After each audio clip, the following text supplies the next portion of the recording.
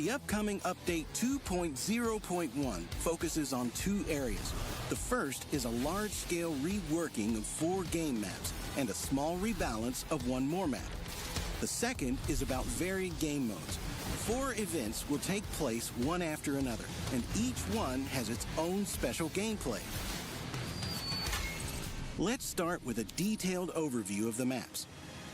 You don't need coded optics to notice the changes on Erlenberg. The castle has grown to become a full-fledged close combat battleground. Now, heavy tanks can boldly drive inside. It's worth it because whoever wins the battle for the castle gains a beautiful view of the surroundings and safe passage into town. Now you can drive to the island from 2 sides in order to flank the castle. But keep in mind that this is a risky maneuver. There are changes in the town too. Early spotting positions have appeared in squares F5 and D4. You can provide your allies with invaluable intel. The river has 3 new fords to let you cross the water faster and more safely. The other flank has also been dug over. Before, the lower team often set up position on the hill with the windmill, while the upper one passively defended its part of the map. Now the positions are symmetrical. Each team has 2 hills with vegetation, plus a chain of cover at the map border for bold attacks from any side. The forest at the map corners has gotten sparser here too. Don't worry about the trees. We'll carefully replant them in your future holiday garages. Now, after winning on the flank, you'll find it easier to form an offensive. Fjords has plenty of changes too. For example, the sniper position in squares D7 and E7 has been improved. It's become more intuitively understandable. However, now it's easier to fire at even without spotting who's there. The hill on line 8 has gotten much smaller. The eastern team now has a new, fast passage to positions. The zone for medium tanks on the A and B lines has been significantly expanded. This will give you more room for tactics. New positions for scouts have appeared on the central field. Since the eastern team usually occupies the hill in the center, the western team has gained a similar location in square D4. A new passage across the river has been added at the starting position for the western team. Now it's easier to fight your way through. And there are other small improvements throughout the map. Highway has been cured of old ailments. On the eastern team's path into town, in squares E9 and F9, the terrain has been smoothed out and some of the vegetation is gone. The center of the map now has more uneven terrain, providing cover for more maneuverable vehicles. The passage into town for the lower team has gotten some new cover. This lets the lower team stand their ground and allows the upper team to move forward from cover to cover. The village between the medium tank's flank and the lower team has been improved. New positions have appeared in the village itself and nearby. The landscape in the corner where medium tanks engage in combat has changed significantly. Now it will be easier to draw near to opponents there. The approaches to the medium tank's flank have changed on the other side too. Cover has been added, a road has appeared, and there's a new bridge. And finally, the terrain and vegetation in the upper team's corner has changed a little. On Overlord, the whole map has moved deep into the mainland. The playing field on the beach has been fully removed. The main playing area for heavies near the bunkers has been improved. Several new, symmetric cover areas have appeared. There'll be plenty of places to side scrape. No pushing and shoving allies around a single rock. Descents to the beach have been added on both sides. You can drive along them to the enemy's starting positions after winning near the bunkers. The terrain has been lowered at the cliffs near the starting positions to prevent shots on the heavy's flank going too far. In exchange, new cover areas have been created for passive defense. Only use these when the enemy has already won on the flank and is pushing forward. The terrain under the windmill has changed.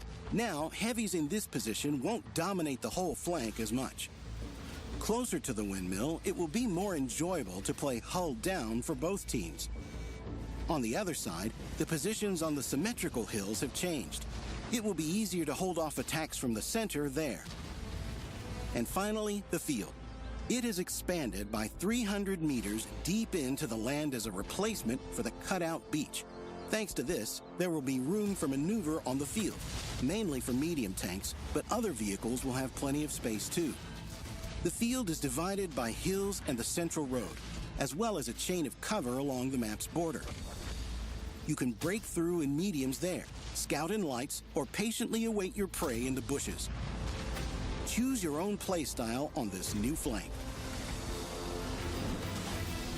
Airfield was improved quite recently, so now it has only gotten some small improvements. There are more bushes across the whole map. Of course, not too many more. Some rocks have changed and now serve as more reliable cover. The Eastern Team's cave now offers more defense opportunities. Now on to events.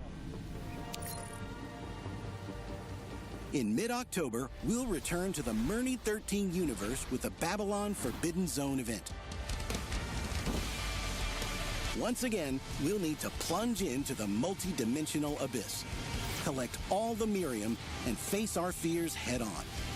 Assemble a platoon with friends and break through subspace, where every phase will be harder than the last. And if you complete all phases and beat the boss, try the next difficulty. At the end, you'll face a totally different boss. There'll also be a new one. And after the battles, you'll get new rewards. Unrelenting Miriam collectors can get a Tier 8 premium vehicle, the Stitch. Put a tank from parallel worlds in your service.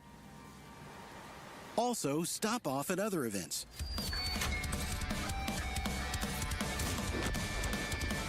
You may remember Arcade Cabinet Equalize from the recent launches, and it's coming back for weekends in mid to late November. Be sure to try it.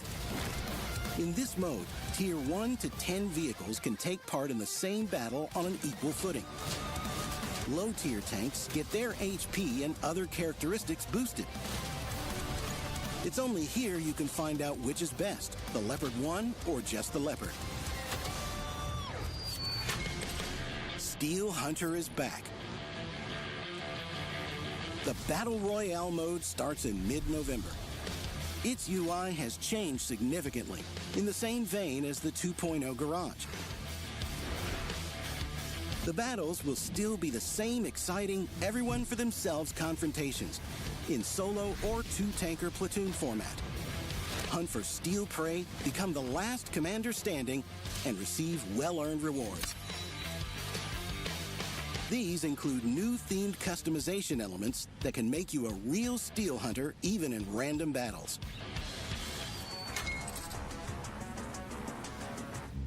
For the most experienced commanders, Steel Hunter will just be a warm-up.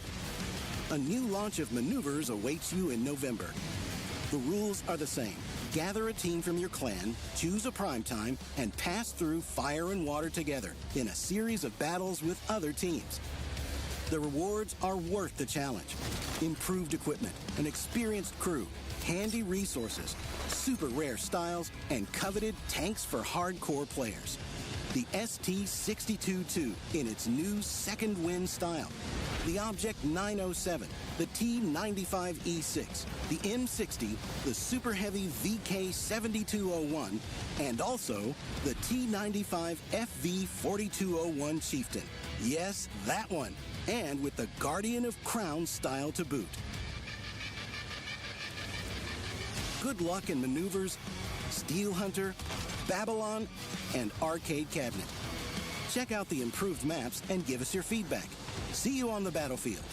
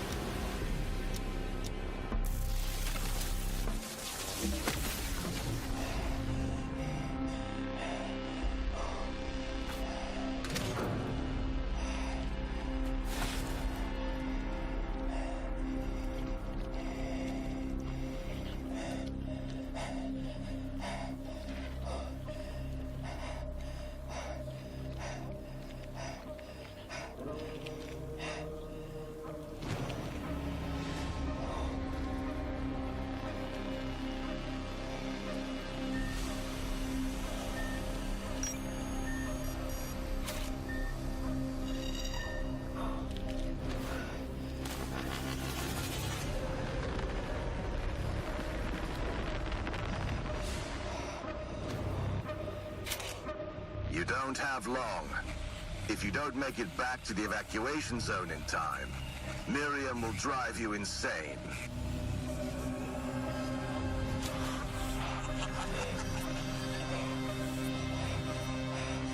And you'll stay here forever.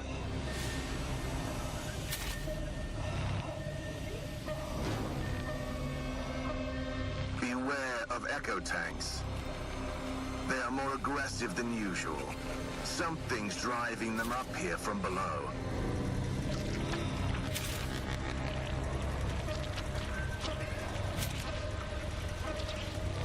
The rules are simple. Keep out of the military site. They have faced a new unknown enemy that set the entire anomaly in motion. Your presence here could be misunderstood. And most importantly, do not, under any circumstances, enter the Forbidden Zone.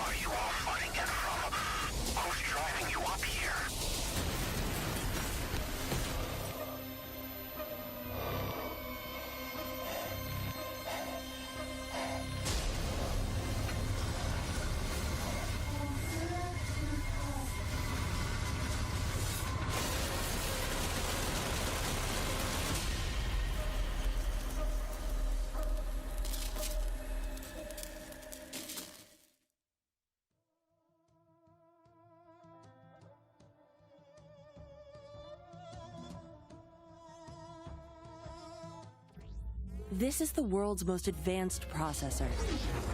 In entertainment, its rendering speeds render other processors obsolete. Powers cloud services for billions. Helps change the course of climate change. And uses AI to accelerate disease detection and cures. We make the world's most advanced processors, but only with your vision can we advance the world. AMD. Together, we advance. This is the world's most advanced processor.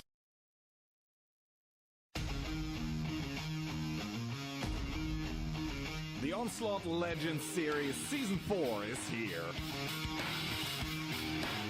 But Liberty finds Jockey, and Katsai, the last one for his team, will not be able to pull the 1v3. Onslaught Legends series champions will be Cashback. They do complete the Cinderella story. Finds Akka and it's Twilight and Liberty left wondering because it's not going to be the Ukrainian team of Cashback. It's going to be W from the pits of hell coming through the lower bracket. Akka blows up as well, and W completed 6-3 two times in a row. OLS champion. I think North Mafia are on victory street here on Himmelsdorf. They completely rewrite the map and rewrite all of the scripts that everyone had. It's going to be them taking the finals in a 5-1 fashion. Tune in to the action, September 30th through November 9th. Hello, ladies and gentlemen, and welcome to the AMD Onslaught Legends Series Season 4. Today, joined here by Phil for our last playday of the first phase, Phil. Yeah, I mean, first teams have been eliminated already, but two teams still fighting for 6th place. We'll see both of them playing later, but today we start with a banger of a matchup, Hit versus Cashback, one of our all-time favorites. Both of those teams fairly at the top of the table, not at the very top, but doing pretty well, also having won the last playday. Yeah, you can see here we are on the 14th right now, and this will be the last part of Phase 1. We'll go into a short break for roughly 2 weeks, and then we'll be back on the 28th of October with Phase 2. Then we will switch to matches being best of 7. And obviously with 2 teams being eliminated, it will only be 6 teams left. Indeed, and then we're heading into action-packed end of November, mid of November, right, with OLS finals, and then afterwards the WCI finals as well. The prize pool up for grabs for these teams, which is still continuing to grow, of course, together with the bundles that are still available in the premium store as well. 100% of the proceedings going towards the OLS prize pool as well, and you could become an oracle in that regard. I actually decided, Phil, I bought Mafia bundles. I saw, and I mean right now, obviously here the AMD graphic card, I put mine in yesterday evening. I had Switman and the crew over for some steaks, and we put together my UPC. I bought exactly that model. It looks nice. It's a very, very good build, and I'm very satisfied with it. But yeah, I saw you're leading the caster predictions. We are even on points, but you have a prediction more that you have correct. So maybe that is the call for everyone to buy a Mafia bundle and then get the nice golden badge. But yeah, as you can see, bundle sales are still available. After tonight, we will deactivate the 2 bundles from the teams that got eliminated. And I think until the start of Phase 2, you can still pick either of the ones from the 6 remaining teams or all of them as you wish. And then when Phase 2 has started, we will deactivate those as well. So nobody has like an unfair advantage towards the end of the season. Your token earnings today, the only stream this week, 5 tokens, and then of course in the upcoming weeks after the mid-season break, we still have plenty of tokens here coming your way. Especially do pay attention to that very final weekend drops, 5+5, 5+5. You can bolster your points there quite heavily, and you can use them, of course, in the token store. Lance and C available Stereo WT 3034 85M, Object 143 style, 2D styles, premium days, consumables, and reserves. So a little bit for you, anything you can get. Yeah, and I mean, as you mentioned, this will be the only stream from our side this week, but starting from Friday, there will be Chinese streams for WCI qualifier. Either way, today also you can get special rental tanks, the Object 277 and the Minotauro. So if you maybe don't have the biggest variety on tier 10, those are both good choices for you to play in Onslaught if you want to have a bit more variety. For sure, especially 277, very versatile. You know, a little bit more of an enjoyer tank, but the standings, as we can see this weekend, leading the pack, they got brought back down to earth by Mafia, however, who put them back in their place in terms of, you know, being on the high note. Mafia stopping that weekend train and bringing everybody closer to that, bringing that top 4 within 1 point from each other. Yeah, but you can also see the 2 teams playing first today, Hit versus Cashback, very close to each other and both on a 2-match winning streak. And obviously the winner will temporarily climb to the top of the table. Or more than temporary. They may stay there at the end of the day, depending on how the other results go. But important matches, Hit versus Cashback, a fight for potential first. Yogurt versus Vortex, however, a fight at the bottom of the table for Vortex. They need to win this, and even then, they're still not fully safe. They will depend on Mafia, on W losing against Weekend. Yeah, W is 2 points in front of them. Vortex really blundering in the last match where they were up 2-0 and then got kind of reverse swept there. But yeah, upcoming match, Hit versus Cashback. We mentioned it, the Polish team of Hit with, well, recent addition, Barbarian, and obviously Cashback, also a fully Ukrainian team. You can see Barbarian there on the right side. Cashback has had their ups and downs. Definitely a team that came into the season with quite some shake-up in terms of lineup. But I think they have found their footing and they should not be counted out. No, of course they're going to need a little bit more time again because, you know, they had to adjust. Franek, standout player for hit and run, always very consistent, very rarely making a mistake. Plays the 140, plays the E4, and he plays it pretty good. I think I saw in his stats he had like 20 games played, and 17 or 16 of them were 140. Community predictions going in favor of Hit, but I would say a rough 60-40 or 2/3 to 1/3 is not necessarily doing Cashback justice. On the other hand, we have seen Hit winning another 3-0 against Kirillo, while Cashback had some struggles, and yeah, clawed back from the 0-2 against Vortex. Still a bit of a shaky performance, and with previous losses to both Yogurt and who else did they lose against? Cashback lost. Weekend, Yeah. Weekend, right? Yeah. They definitely showed some weaknesses. They didn't do that on Sand River, which is the map that they selected for their side of the picks today. Hit starting with a cliff ban and then selecting Ensk. Do you think we'll go to the tiebreaker of Pilsen? I think you predicted 3-1. I predicted 3-1 for Hit, so I don't think so. So maybe it's Ensk 2-0 and Sand River 1-1 Yeah, in your book? something like that. Split Ensk and... no, Ensk 2-0 for Hit and then 1-1 on Sand River. Very realistic. Pilsen. Why do you think Westfield has been so unpopular recently? It's a hard brawl. It's also hard if they don't come and brawl you and you're forced to go and decap. It's not that simple, you know, like if you get enough practice with the, you know, the double strike buys you some time, but you're always forced to go back in one way or another. Yeah, I mean, we finalized our mid-season changes today, and that will definitely also have some impact on Westfield Matter. I can already spoiler that. But let's focus on Ensk. Everyone going with Hit. Bit surprising. I thought someone might decide to opt for Cashback, but yeah, everyone going for 3-2 or 3-1. And I guess the table kind of reflects it, with Hit having a bit better standings and Cashback just being able to snatch some points even though they lost in tiebreakers, both against Yogurt, against Vortex, and against Weekend, I think.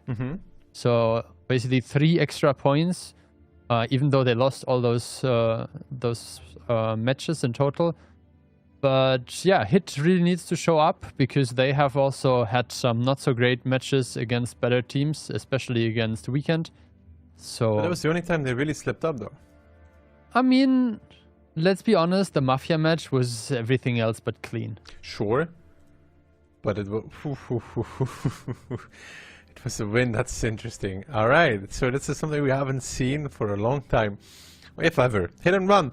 Double type 5 heavy in object 140 and 4 VZTDs. It was 5, but they switched one. Yeah, and then E4 meta being brought by Cashback. We see 44s, a VZTD, 140 and a 430U. Interestingly enough, that we have a round where both teams pick VZ. But I have to say, the E4 can be annoying for the VZ if you try to like gun block or something, the heat shells, even with obviously the AP shells of the VZTD also being really good. I think Franek managed to put in one into Mindbreaker, takes one in return from Liberty, trades back, and the initial trade slightly in favor of hit and run, but so far not very critical. Yeah, so far nothing too extreme. No massive amounts of damage dealt. The Inspire gets popped for the side of Cashback. Panzer Fury and Barbarian taking the city. And of course, you know, there's got to be some reason why they opted for the VZTD. You know, 395mm a pen is pretty good against a Type 5 as well, but Cashback doesn't have any of those. I mean, we saw, was it W? I think it was W playing the 5 times Type 5 on Ensk. It was very weird, to be honest, how they pushed out of the cap circle and then lost like 6,000 HP or something. But I think Type 5 is definitely a worthwhile pick on this map.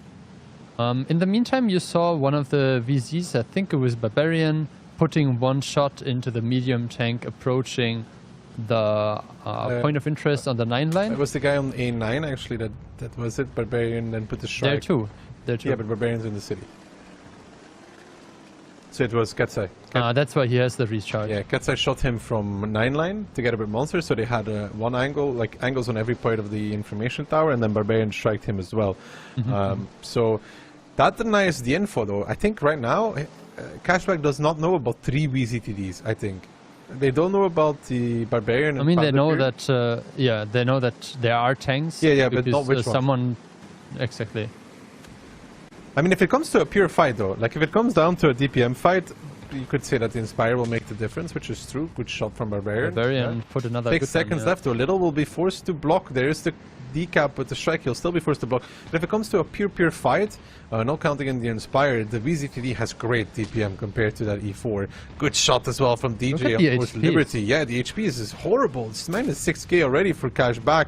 Good shot there from Mindbreaker, but right now, so ooh, that's big damage. Minus 1.1 on that E4 as well, taking a beating. Now DJ looking as well, Vladislav missing, and right now Cashback very confused, very chaotic movement. Maybe the information tower getting denied, it really ruins them, because right now look at them getting pressured back into their own base, and look at where Hidden Run is. Hidden Run has E0 and is sitting in front of the base of Cashback, looking for the knockout punch as well. The strike comes in, will only hit on once, 300 minimum amount of damage, but in return though, those VZTDs with the DPM now moving in. The 430U goes down on the other side. Panzer Fury will fall, but it's still 6,000 HP lead for Hidden Run. Barbarian leading on the front. They want to pick up this Inspire as well, and it's actually a two-pronged attack from the field and from the city. The perfect pincer movement on towards Cashback, who seem very confused in round number 1. What exactly is going on? Yeah, a great ram kill there as well by Barbarian. Hadn't reloaded yet, but used the ability to get some extra speed. And this looks like a very good pickup here by Hit and Run. I have to say, very methodical. They did a very good job positioning their tanks in a way that they could, together with the RT strike as well, prevent the information gain on the side of Cashback, then punish the bit delayed approach from the 430U. And now with hold pressure, you mentioned it, coming both from the field side and from the cities, while not even fully giving up the rails, they secured a very convincing first round. Yeah, cooking strategy working out. The 4 VZTDs with the Type 5 and the 140. I mean, both teams have their own Inspires. So in a pure DPM fight, Hit and Run is always in advantage, simply because VZTD has more DPM than an E4 does. Gets further boosted by the Object 140. So it worked. Yeah, I mean, they had a 140 as well. Liberty played it on the side of Cashback. So the Inspire gets cancelled out, which means that the VZTDs should be superior. And Franek also was able to put some shots at the very beginning. You might remember he put 2 shots in, so he kind of stacked up the ability immediately. And yeah, very solid performance of the team. You can see when everyone deals at least some damage. Panzer the first one to drive in, but everyone doing their fair share. And Ketsai there, top damage. He put some initial damage onto the 430U. Twilight, he survived for a bit longer, but then also wasn't really able to make a difference. And both the medium tanks on only 1.3 and 900 damage. So that's definitely not what you want to do. Trading single shots with the 430U against high alpha BZTDs.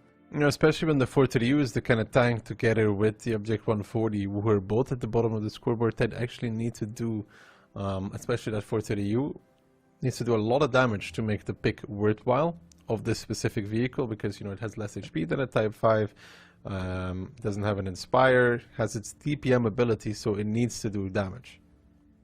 Yeah, I mean, I already had this discussion with Baby earlier, that it's very hard to justify the use of a 430U if you can have an E50M, just because the E50M overall is a bit better for pushing, it has a bit better gun, it has better DPM as well, and sure, the 430U comes with a tiny bit of extra armor and you have a bit more alpha damage, but trading against this high alpha 750 damage guns is not a nice task for either the E50M or the 430U. No, like, they need to do 2 shots to 3 shots almost, depending on like the level of a Juggernaut ability. If it's a Type 5, you need to do 2. If it's an E4 on a high ability, you need to do 3 to compensate the damage. So it's not easy to make it work, no. Yeah, with that being said, we can also make a mental note on Franek not dying and doing 2 kills, so he might challenge Kano later for the top of the KDA standings. Not that that would matter, but good performance from Hit. We are loading into the second round, and we see a bit of a different approach. Barbarian in the Forge B. We see triple BZ, a Type 5, and an E4 played by Panzerfury. Cashback picked also a bit of a different lineup, using a mouse and a BZ, a T57, a Type, Liberty in the 140, and 2 E4s. Do you have a preference? Not sure actually between the two. Maybe Cashbacks because I don't like the BZs that much. Same. I mean, I feel like the Forge B is definitely a tank that can have great impact. And we saw, I think it was also Barbarian on Ensk, having like a clip where he did like full 6 out of 6 and then healed like 1800 after surviving like with 90 HP or something like that. But it's definitely a risk using this tank against the high alpha tanks that can't really be bursted like a Type 5. Initial shots coming in from the 140 onto Vladislav. But oh wait, I think T-Sec just in time reset Brainbreaker there. He took quite some damage, but initial trades not too bad. Monster now taking one as well, so no strike for now for Cashback, but Cashback is closing in and the Forge is still a bit out of game. Yeah, the Forge will come in soon though, as Cashback is trying to overrun this position, but there's 3 tanks on zero line, Phil. Like, for Cashback, digging through those 3 tanks is going to be near impossible. The 140 is the most important one. He needs to keep his HP. Liberty in his 140 respectively. He's getting some good shots though from that little pocket position there, which seems for him to be relatively safe. And Barbarian now with the Forge B, backing off, reloading. Doesn't know how to get in, and it seems like Liberty is actually having a really good position against those guys. Yeah, I mean, Liberty is constantly dealing damage as well onto Monster. The HP is still in favor of Hit and Run, roughly 2k up. Now you can see Panzerfury and Twilight exchanging fire as well. Monster and Brainbreaker joining the fray. And after the dust has settled, we are down to roughly 2k HP difference again in favor of Hit and Run. Now, Barbarian moving in with the Forge B, pressures away Liberty, who was in that position that was doing quite a good amount of damage towards the zero line tanks. He's now going to move back there as Barbarian has run out of ammunition. Oh, look at the T57. Like, the T57 is down to 200 HP. Not just the T57, Brainbreaker down towards the one-shot as well, and here comes the repush. Ketsai again leading the charge together with DJ. When Monster in quick support as well, Panzerfury finding some shots as well. Franek goes down though, that's important. That is the Inspire out, and Panzerfury falls as well against Vladislav, who is a one-shot E4 holding in the back. Panzerfury peaks the angle and ends up dying. Barbarian now coming in swinging with his Forge B, wants to find something, but what can he get? He's clipping out towards Twilight, but those are some non-connections actually coming out, now taking a lot of damage, forced back. With a good shield in the mouse as well, keeping his Type 5 alive. Ketsai will finally pick it up as Monster finds Vladislav, but the biggest problem right now is that the Inspire is gone, and it's also removing those possibilities to kill those low HP tanks with only one shot. And now Liberty seems to be moving in with his Object 140 himself, wants to find something, but it's got to be careful not to overextend. Mindbreaker though finds a good angle against Monster in the Type 5 before he's able to get on towards Liberty. Yeah, DJ and Ketsai like bit sandwiched here. Liberty and Aka doing a good job. Barbarian dropping a lot of HP, but if he survives there, you can see the heal will come in, and that Forge B has still 6 shots in the chamber. Yeah, but Little has one more as well, and Barbarian's not healed past the one shot just yet, and he will not heal past it either. And with him falling, with the death of Barbarian, I think the game will fall as well. Very crucial connections there from the players from Cashback. 3 one-shots left standing, but they will bring it across the finish line. The fact that Barbarian did not heal just enough, and the fact that the players from Cashback on one-shot got some good kills, drags them across the finish line. 327 combined HP, but a round on the boards. Yeah, 1-1. Neither team really able to like have a convincing victory here. I had the feeling that Hit was in the driver's seat for quite some time, but Liberty mentioned, as you mentioned, like picked up the Inspire tank on the side of Hit and stayed alive on very high HP. So good stuff there by the Inspire player, and I think the damage charts will also confirm that, yeah, he has over 7k damage done. So, all in all, a good round from Liberty in the 140. We saw him on zero line get some really good shots out, and he continued that throughout the match. 7.4 in Object 140, even with the buffed alpha. It's a very, very impressive result for Ensk. Yeah, for sure. And you can see, obviously, everyone dealing quite some damage, considering that a lot of high HP tanks are in the game.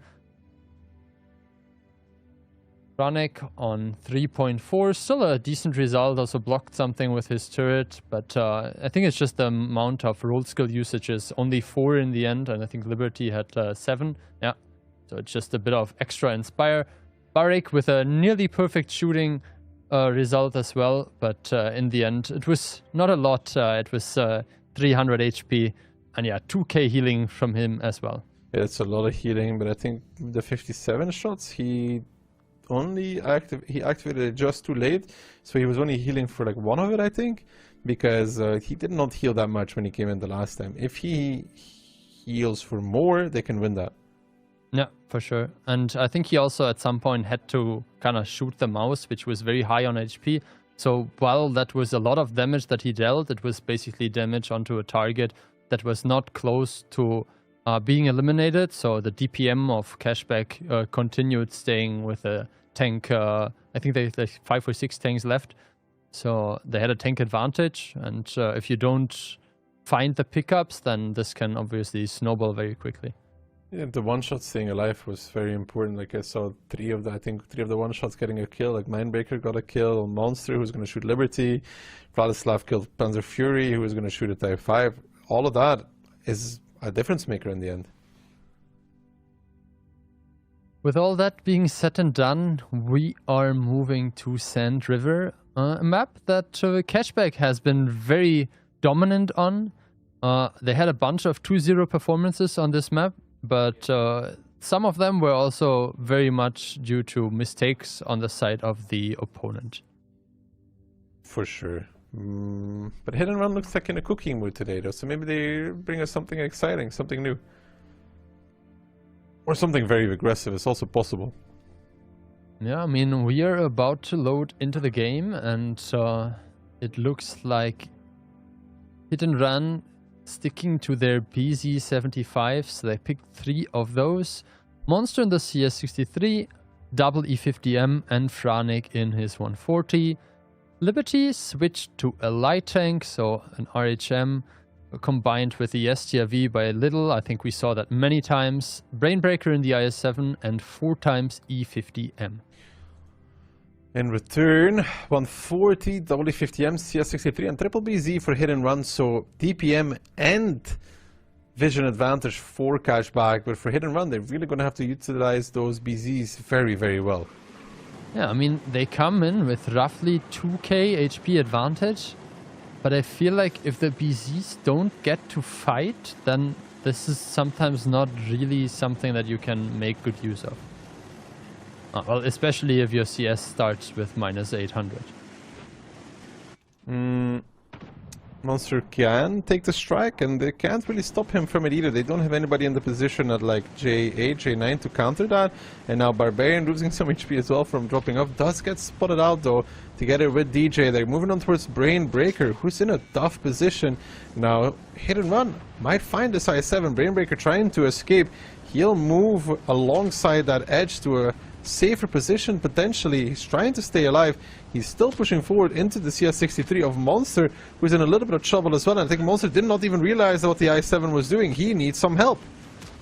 Yeah, and there are a lot of guns aimed towards him. I think the BZ will shoot him, and the I7 will push him out of cover, and that's a really good kill pickup. Yeah, Brainbreaker making a great play there, bypassing the BZs, and because of that is able to get on towards Monster, who looked honestly confused. The fact that the I7 got so far. A great play on towards Franek. Finds 2 shots as well on towards that 140. A third one getting added as he goes D-spot. The Brainbreaker still staying alive. Both BZs now moving back to find Brainbreaker. But he has paid off his life and then some. Yeah, I mean the HPs are fairly even now with Barbarian coming in. Brainbreaker's days should be counted. But as you mentioned, Monster was already picked up, so this will only equalize the guns. I think the DJ just bounced, so... yeah, the repush is coming as well. You can see the strike kind of wasted, actually. And Barbarian and DJ will have a tough time because Franek and Tisek are quite a bit away. Yeah, DJ boosts back around the corner. Mindbreaker is the focus. He will go down towards the one-shot rather quickly. Panzer Fury coming in with E50 as well, but Mindbreaker picks a good position as well. That little cubby keeping him alive, so Tisek needs to transition on towards Twilight, and he does so successfully. But all this has been happening. Liberty finds a kill with the strike. Ketsai in the middle of the map, not able to contribute too much because every peek he makes gets punished by the SCRV in the back. Panzer Fury and Tisek now cleaning up Mindbreaker, but Vladislav still in another defensive position covered by the STRV as well, and it's double HP for Cashback, and you can see Ketsai going down towards the one shot as well. That's the STRV and RHM doing the work, and a lot of chaos in the middle of the map there for hit and run, and definitely a wasted strike that could have done so much more. Yeah, I mean, bit of a misplay and miscommunication there as well. First DJ bouncing his shot and then not being able to pick up the kill, then Barbarian takes the kill and the strike just goes into emptiness. But also, overall, I have to say, pushing with 2 BZs onto an IS-7 just takes so much time to kill the IS-7. Yes, Brainbreaker did a good job basically juggling around this ridge line, staying alive and providing spots onto anyone that wants to shoot him. And all those things, but like, how many shots do you need with BZs to kill an IS-7? It's like 3 salvos, right? Yeah, roughly 3 salvos. I think a bigger... So one shot misses and then you don't even have the damage. I think a bigger issue there is Monster not being aware enough of surroundings. You know, like, Brainbreaker's allowed to push him and kill Monster. An extra gun would be very important in that fight, and I think Monster could have avoided that as well. Like, he definitely could have left the walk at some point, where with the strike and stayed alive, and then hit and run. You know, they kill an IS-7 relatively for free and play from a 7v6 where Cashback is repushing. But now, you know, they're playing in a 7v6. They have to kill the IS-7. By the time the IS-7 dies, they're already repushing back in, so they're always trailing because of it. Yeah, and we have seen on various occasions that those BZs pushing through this middle area are not really safe there, and there are a lot of crossfire positions coming from the K-line dunes. I think it was W pushing in there as well and kind of ending up in a crossfire situation. So something that teams apparently have not fully learned from each other yet, but the SGRV, and I can spoil that already, doing good damage. I have to say a bit discoordinated from the side of hit and run. And I think that I think that comes forward from not killing the IS-7 properly, though. You know, Monster should live because he sees the IS-7, or he shouldn't be in a position where the IS-7 can do that. And then the IS-7 is pushing forward, but is not able to get too much out. They kill the IS-7, Cashback is repushing. It's a different game, honestly. Yeah, and looking at the post-game stats, I mean, there's just not enough damage dealt by especially those tanks that you mentioned. Monster going down, I think the first one to be picked up, and then as well Ketsai and the E50M not being able to fully dish out the damage that you would expect from an E50M. Yeah, Franek staying alive, but that didn't help in the end either. No, it's tough to play the game always down a gun, basically, and that puts Cashback on match point, and more of all, it puts Cashback on match point with a better side of Sun River. Yeah, and I mean, take a look at Brainbreaker's damage. Like, he was the one that was supposedly the kill pickup at the beginning. Like, 3.7k damage is definitely something that made the IS-7 very much worth it, and like 1,500 spotting as well. It's yeah, he traded off his life wonderfully. I mean, you can't ask more from an IS-7 in that position to what he does. He pushes Monster, he wastes time with the BZs, pushes Monster out of cover, he dies from behind, wastes their time a little bit more, and basically bought enough time for Cashback to do a full repush. So, you know. Yeah, I mean, he had a role that he had to cover, and he perfectly did all the things that he could have done. With that being said, as Cashback was able to win their second round, hit and run now with their backs towards the wall. Definitely not game over yet, but you mentioned this as well. the side that Cashback will switch to now is supposedly the favorite side of Sand River. So hit and run the team under pressure. I mean, maybe Cashback will finish it here. It's definitely possible. If anything, it's even slightly likely at this point. But you can't count hit and run out too early. They're going to be opting to play this battle with a BZ, an AX, no, double BZ, an AX, triple E50M, and an RHM. Yeah, I'm not very convinced of this double BZ, but Cashback is bringing the same, combining with a CS, double E50M, a 140, and an STRV. So this time Cashback without the light tank, Liberty picking the Inspire tank, so a bit more of a fighting setup. Which lineup do you prefer? Would you say there's an advantage for either of the teams? I mean, hit and run has the light, which can be very potent. I just think that Cashback's lineup can be very aggressive very early on, and if they don't give the light a way in, it can do extremely, extremely well. Because the light needs the right game, you know. If he doesn't get the right game, it will be very hard for him. And so far, Ketsai starts off pretty strong, spotting out Aka. Good damage onto Aka. Yeah, Aka takes 1,500 damage. Little gets spotted out as well by the plane. So tremendous stuff so far in the beginning for the light. This middle push is being spotted as well, and it's pushing into 4 guns in the middle of the map for hit and run. That's the fact. There's no info available for Cashback, so they will make it into positions, but look how much damage they've received already for this play.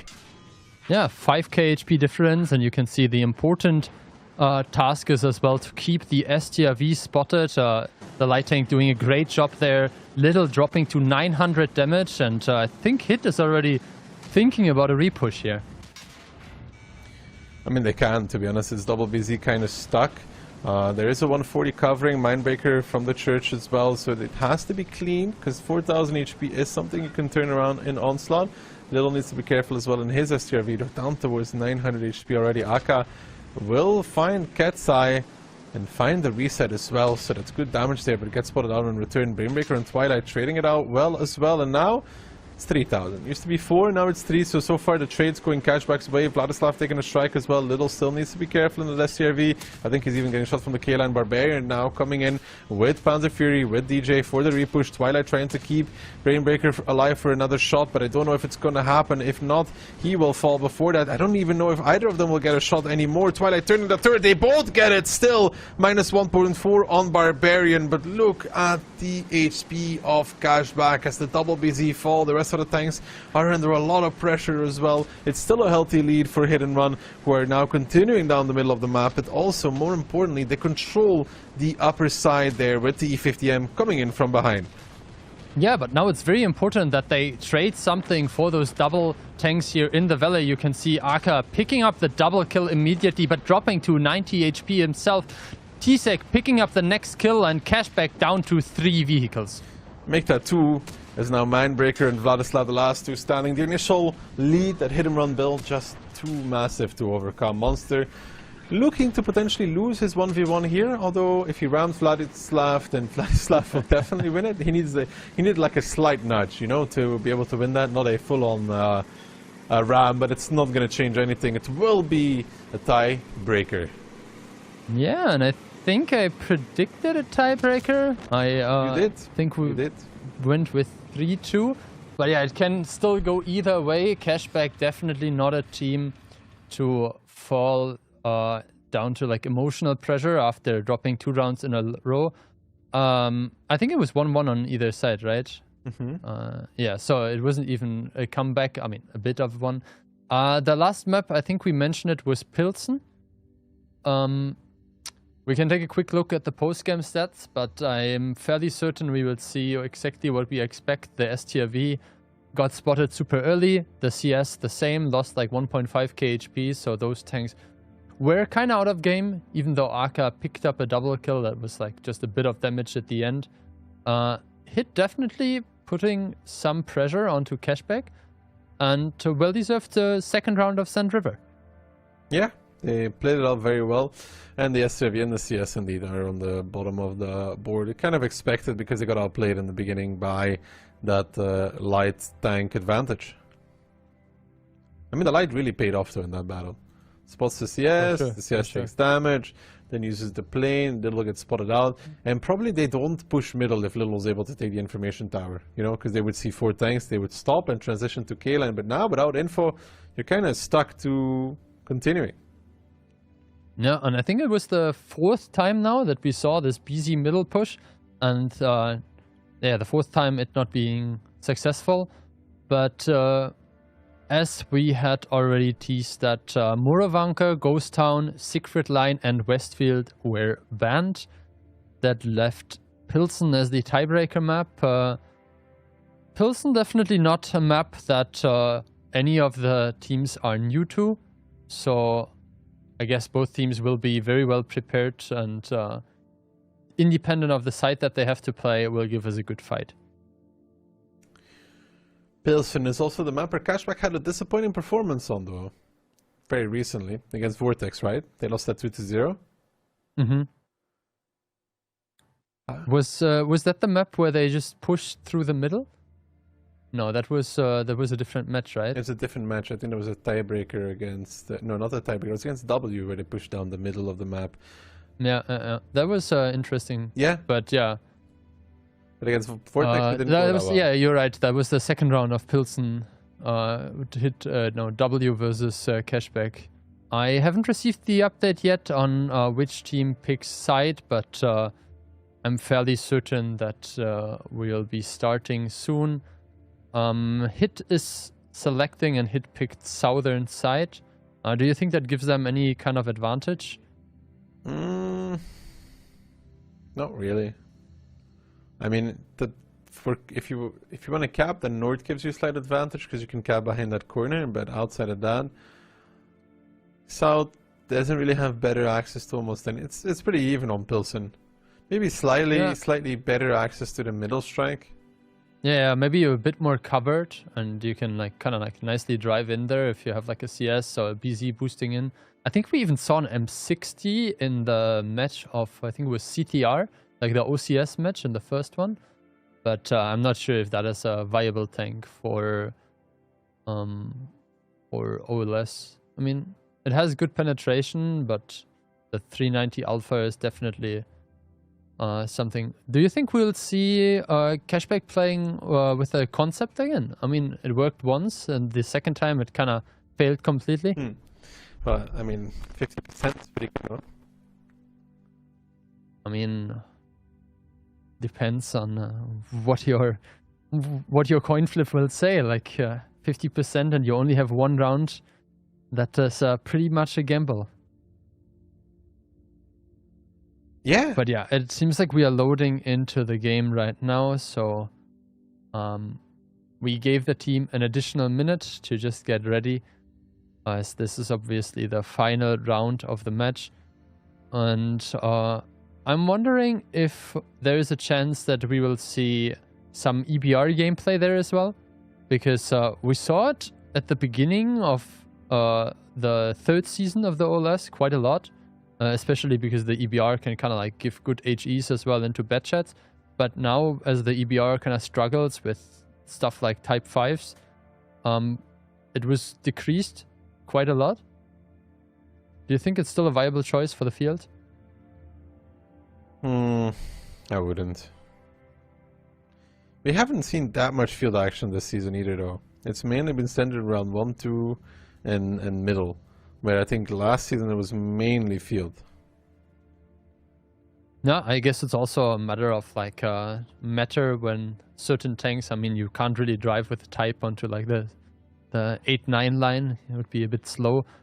I would very much take this Gorilla pick with a grain of salt, because we have not reached the end of the countdown. Wouldn't be the first time we see a Gorilla on Pilsen, though. You can position towards the K-line. 5 PCs, those are definitely good targets for a Gorilla. Little picking a bad chat, a 140 for Cashback as well. It's definitely not the first time. Okay, so pushing power and brawling for Cashback, with hit and run basically coming with a more all-rounder, a bit of everything style. Basically, you can put the Gorilla on the K line first and aim him down the 4-5 line. That's what we've seen before with it, or on the 4 line where he's going now. And you just kind of aim for somebody taking the middle strike. Mm-hmm. But it seems like he will be supporting Barbarian. They're in trouble. In this, they're in a lot of trouble right now. The spot is super late. The cap has started super early, and they got a Gorilla. And they're capping from the inside. Oof, and take a look at the damage onto the T-57. I think he just got double tracked Less there. than expected. He puts damage back, so I guess it was fairly okay. But that also bought them the time to take care of the decaps, because he was firing onto Aka, who was in the cap. Now the push is coming. It's a triple BZ. There's a strike as well coming on either side, and I think Franek will be the first one to be targeted. Well, Twilight peeking out, taking a lot of damage already. I think Monster with the Gorilla just clapping somebody for 1k. Doesn't get spotted out for it either. Brainbreaker down towards a one-shot altogether for this. And now comes the second angle of attack, but this one is so late compared to the rest of their team. Cashback driving through, trying to find something. Mindbreaker will find Franek, but Twilight will fall, and it's two of them dead already. It seems like Cashback had numerous ideas of how to play this at the same time, but it can still recover as they are chasing down Panzer Fury, the left behind BZ-75, but they still have to overcome the Gorilla and the light and hit and run with a tremendous amount of positions. Yeah, you can see the HP advantage is 2000, but this HP is also situated on the Gorilla, which cannot really share its HP. Having HP on the light tank is, I think, a good thing, because, you know, the light tank has a lot of options to maneuver in the end game. The Force B as well, being pretty healthy. There's one tank, which is the BZ, which is a potential weak spot, but with the healing ability, he will also be able to withstand quite some aggression, even with some capture happening onto the strike. It's 5 against 5 tanks, so in that regard, neither has an advantage, but from what the HP bars at the very top tell me, I would say hit so far with more damage dealt. I don't think that this game will come down to damage dealt, though. I mean, Liberty finds a good shot against T-Sec.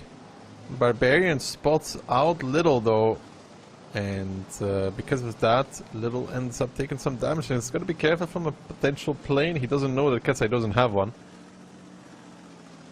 Yeah, you can see DJ just used his heal ability and now is back to like 1.8k.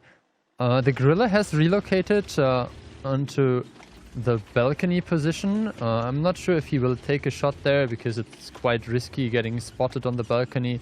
Just taking like some potential pixel shot onto a BZ Capolar. Good shooting by Ketsai. Ketsai got spotted, and I think Liberty might actually be able to hunt him down. Well, Liberty needs to be careful from the Gorilla, though. You can see Monster aiming with ability as well. Liberty still spotted for a little while longer, now crossing over. Monster turns and shoots and hits for a 1077 damage, and a shot from the IHM connecting as well puts him right below half his HP on that object, 140, and that was painful. Yeah, the Gorilla great at snapping those kind of shots. Yeah, and obviously with DJ being there now as well, unspotted, this is very dangerous for Liberty. Do they have one strike available? Liberty needs to be careful. He's about to run into DJ and Ketsai. He's playing kind of hold down, I think, they're on towards that 0 line. But he's getting pushed upon. Little is dead actually in the bad shot. The strike coming in. Ketsai not connecting the shot. So Liberty with an opportunity here. He misses one as well. Ketsai now pulling forward. There's no support for this object 140 right now. Ketsai missing again though. The Gorilla is going to hit one more for 1.1k. And now Ketsai will finish off the Little 140 of Liberty. And it's the dying moments actually from Cashback in this final play day of the first phase. It's going to be hit and run, closing it out with a victory, more likely than not.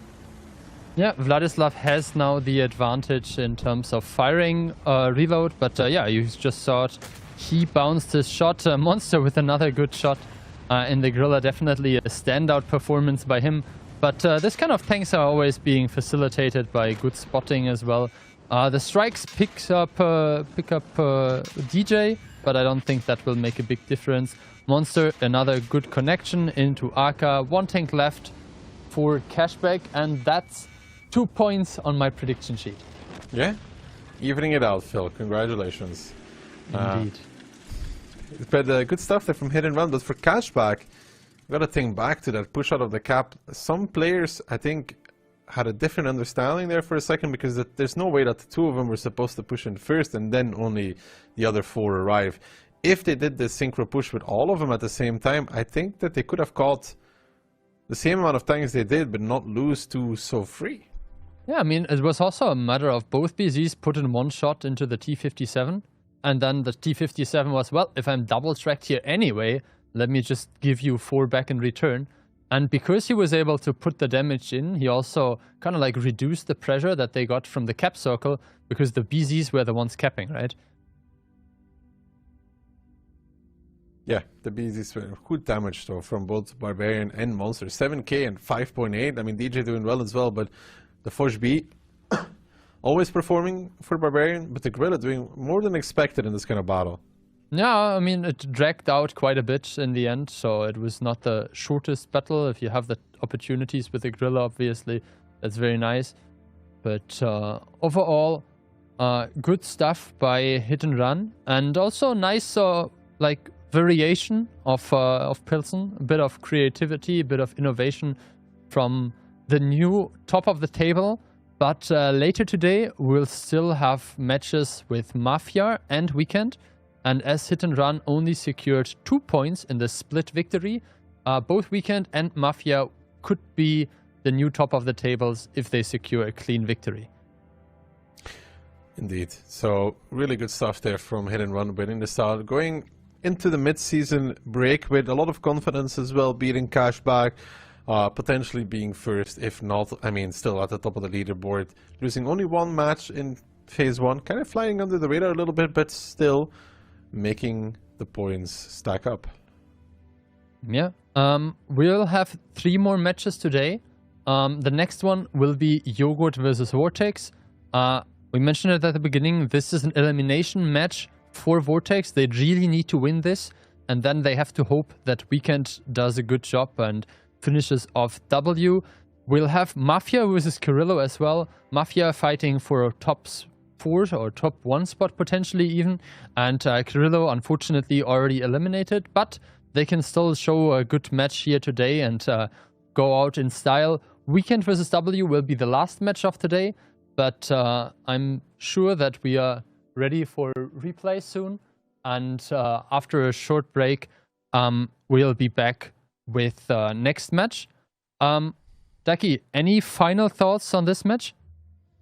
I think that, you know, for Hit and Run, they got to look back at that second Ensk, which is the disappointing one, because they somehow managed to lose. But for Cashback, I don't know. They just got beaten by the better opponent today. Not that much to take away from it. If anything, it was a good practice for both of those. Yeah, I mean, Cashback still with a good showing, and I hope they will pick it up where they left it with good showings after the mid-season break. We'll be back after a short break as well. We'll have some highlights for you, and then the next match between Yogurt and Vortex.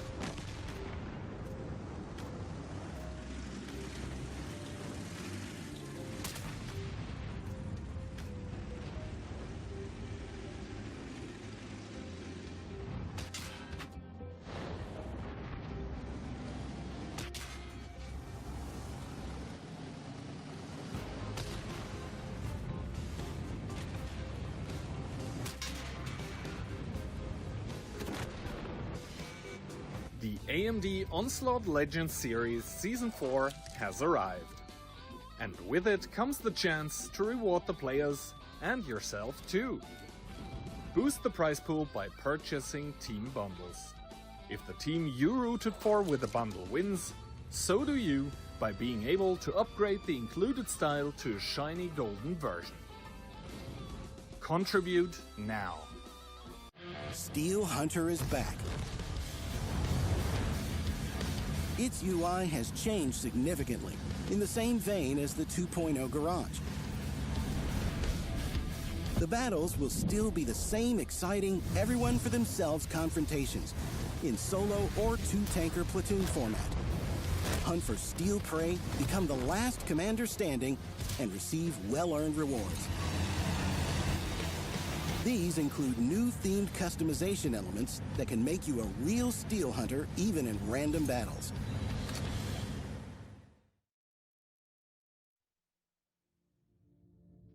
Well, hello there and welcome back to the second match of the day. And I have to say I'm a bit jealous. Somehow I never get the interesting tiebreaker matches. Maybe that's about to change though. And to be honest, in a pretty important match for both of those teams here, Yogurt and Vortex. And I mean, Yogurt kind of secured to go to phase 2. For Vortex, it's kind of do or die. Yeah, Yogurt secured themselves in the last play day, so for them it's gathering points for potential top 4. They are already in a position that they secured themselves forward with a great victory. But now they are looking for more, and who's looking for more is Vortex. They want to continue on their life in the OLS. They want to do so, of course, by winning this battle against Yogurt, and then hoping that W loses, which would mean, Kihan, if W ends up losing and Vortex ends up winning, it would mean W would be out. And that would be, to be honest, kind of crazy. The reigning champion with the possibility to get knocked out in stage 1 or phase 1. That would be absolutely insane. For now, though, we saw some player statistics here for Yogurt. And community prediction coming in. I mean, 67% for Yogurt, 33% for Vortex. I think Vortex, especially on the last playday, have made an impression. Yeah, 67 versus 33. I mean, I honestly don't know. I don't think W goes out here, Kihan, let me tell you. But I don't know if Vortex doesn't actually win this either. I mean, of course, if Vortex wins here, they're putting a lot of pressure on towards W, because the team that W has to play later today is Weekend, and Weekend has not been the worst team so far in the phase 1 of the OLS, let me tell you that much. But yeah, first of all, let's focus on this match. It is an important one for both of the teams here. We're going to start off on Ghost Town, then Vortex picking Westfield. Very interesting. We didn't see a lot of the maps so far in phase 1, and then into Himmelsdorf we go, if it goes to a tiebreaker. If it goes that far. Ghost Town, Westfield. Starting it off with Ghost Town. Do we feel either of the two have an advantage on that one? To be honest, on Westfield, because we just haven't seen really a lot of it being played, I don't think there is a lot we can take away from it. Ghost Town, I think Yogurt might have the advantage there. I think overall they have been playing together longer. They have like better team cohesion. But the thing is, Vortex, they've shown an upwards trend throughout the OLS because, well, they started on 0 points continuously, and since then they've started to actually gather up some points. So where is the ceiling for them in this match is the question.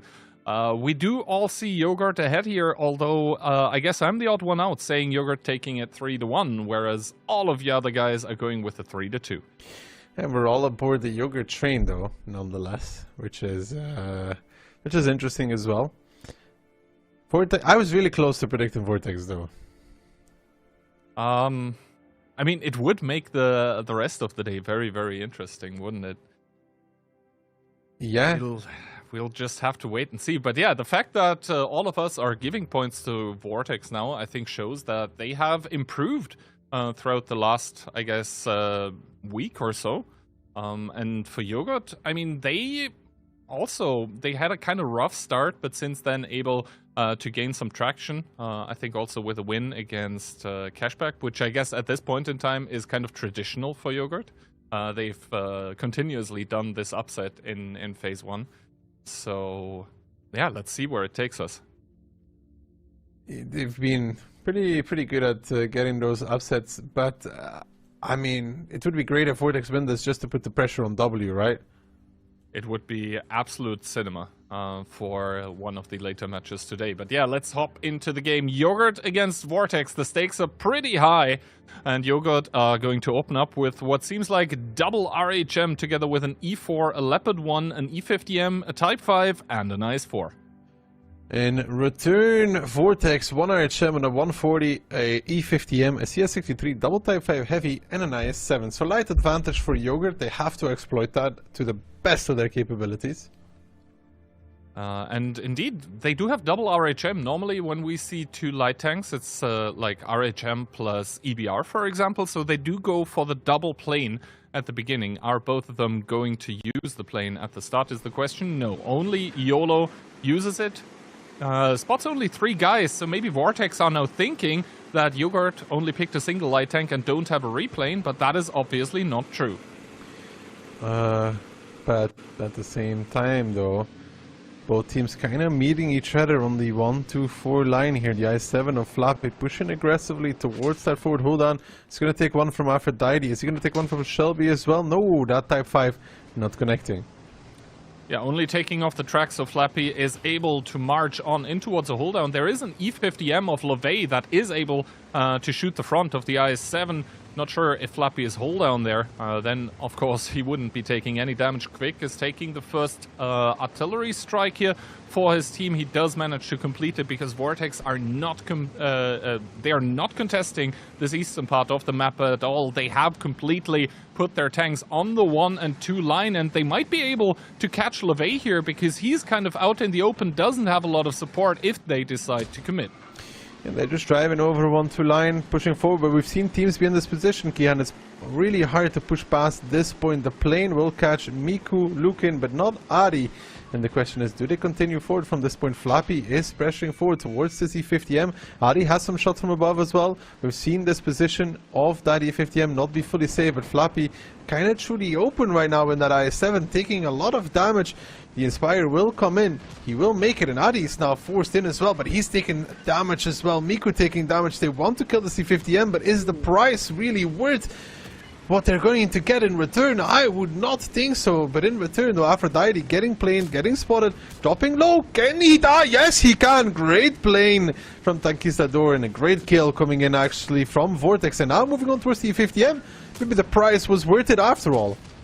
Indeed, LeVay dropping down towards one shot here. That opens up the playing field. That opens up the possibilities for Vortex with the kill pickup. 2 unanswered kills here. Yogurt, they don't really have a lot of sustain in this fight right now. All of their heavy tanks, TDs, are bogged down in the city. Yes, Ilias now takes a shot, but he's able to reverse. He will be safe. So huge gun advantage here while the HP are even.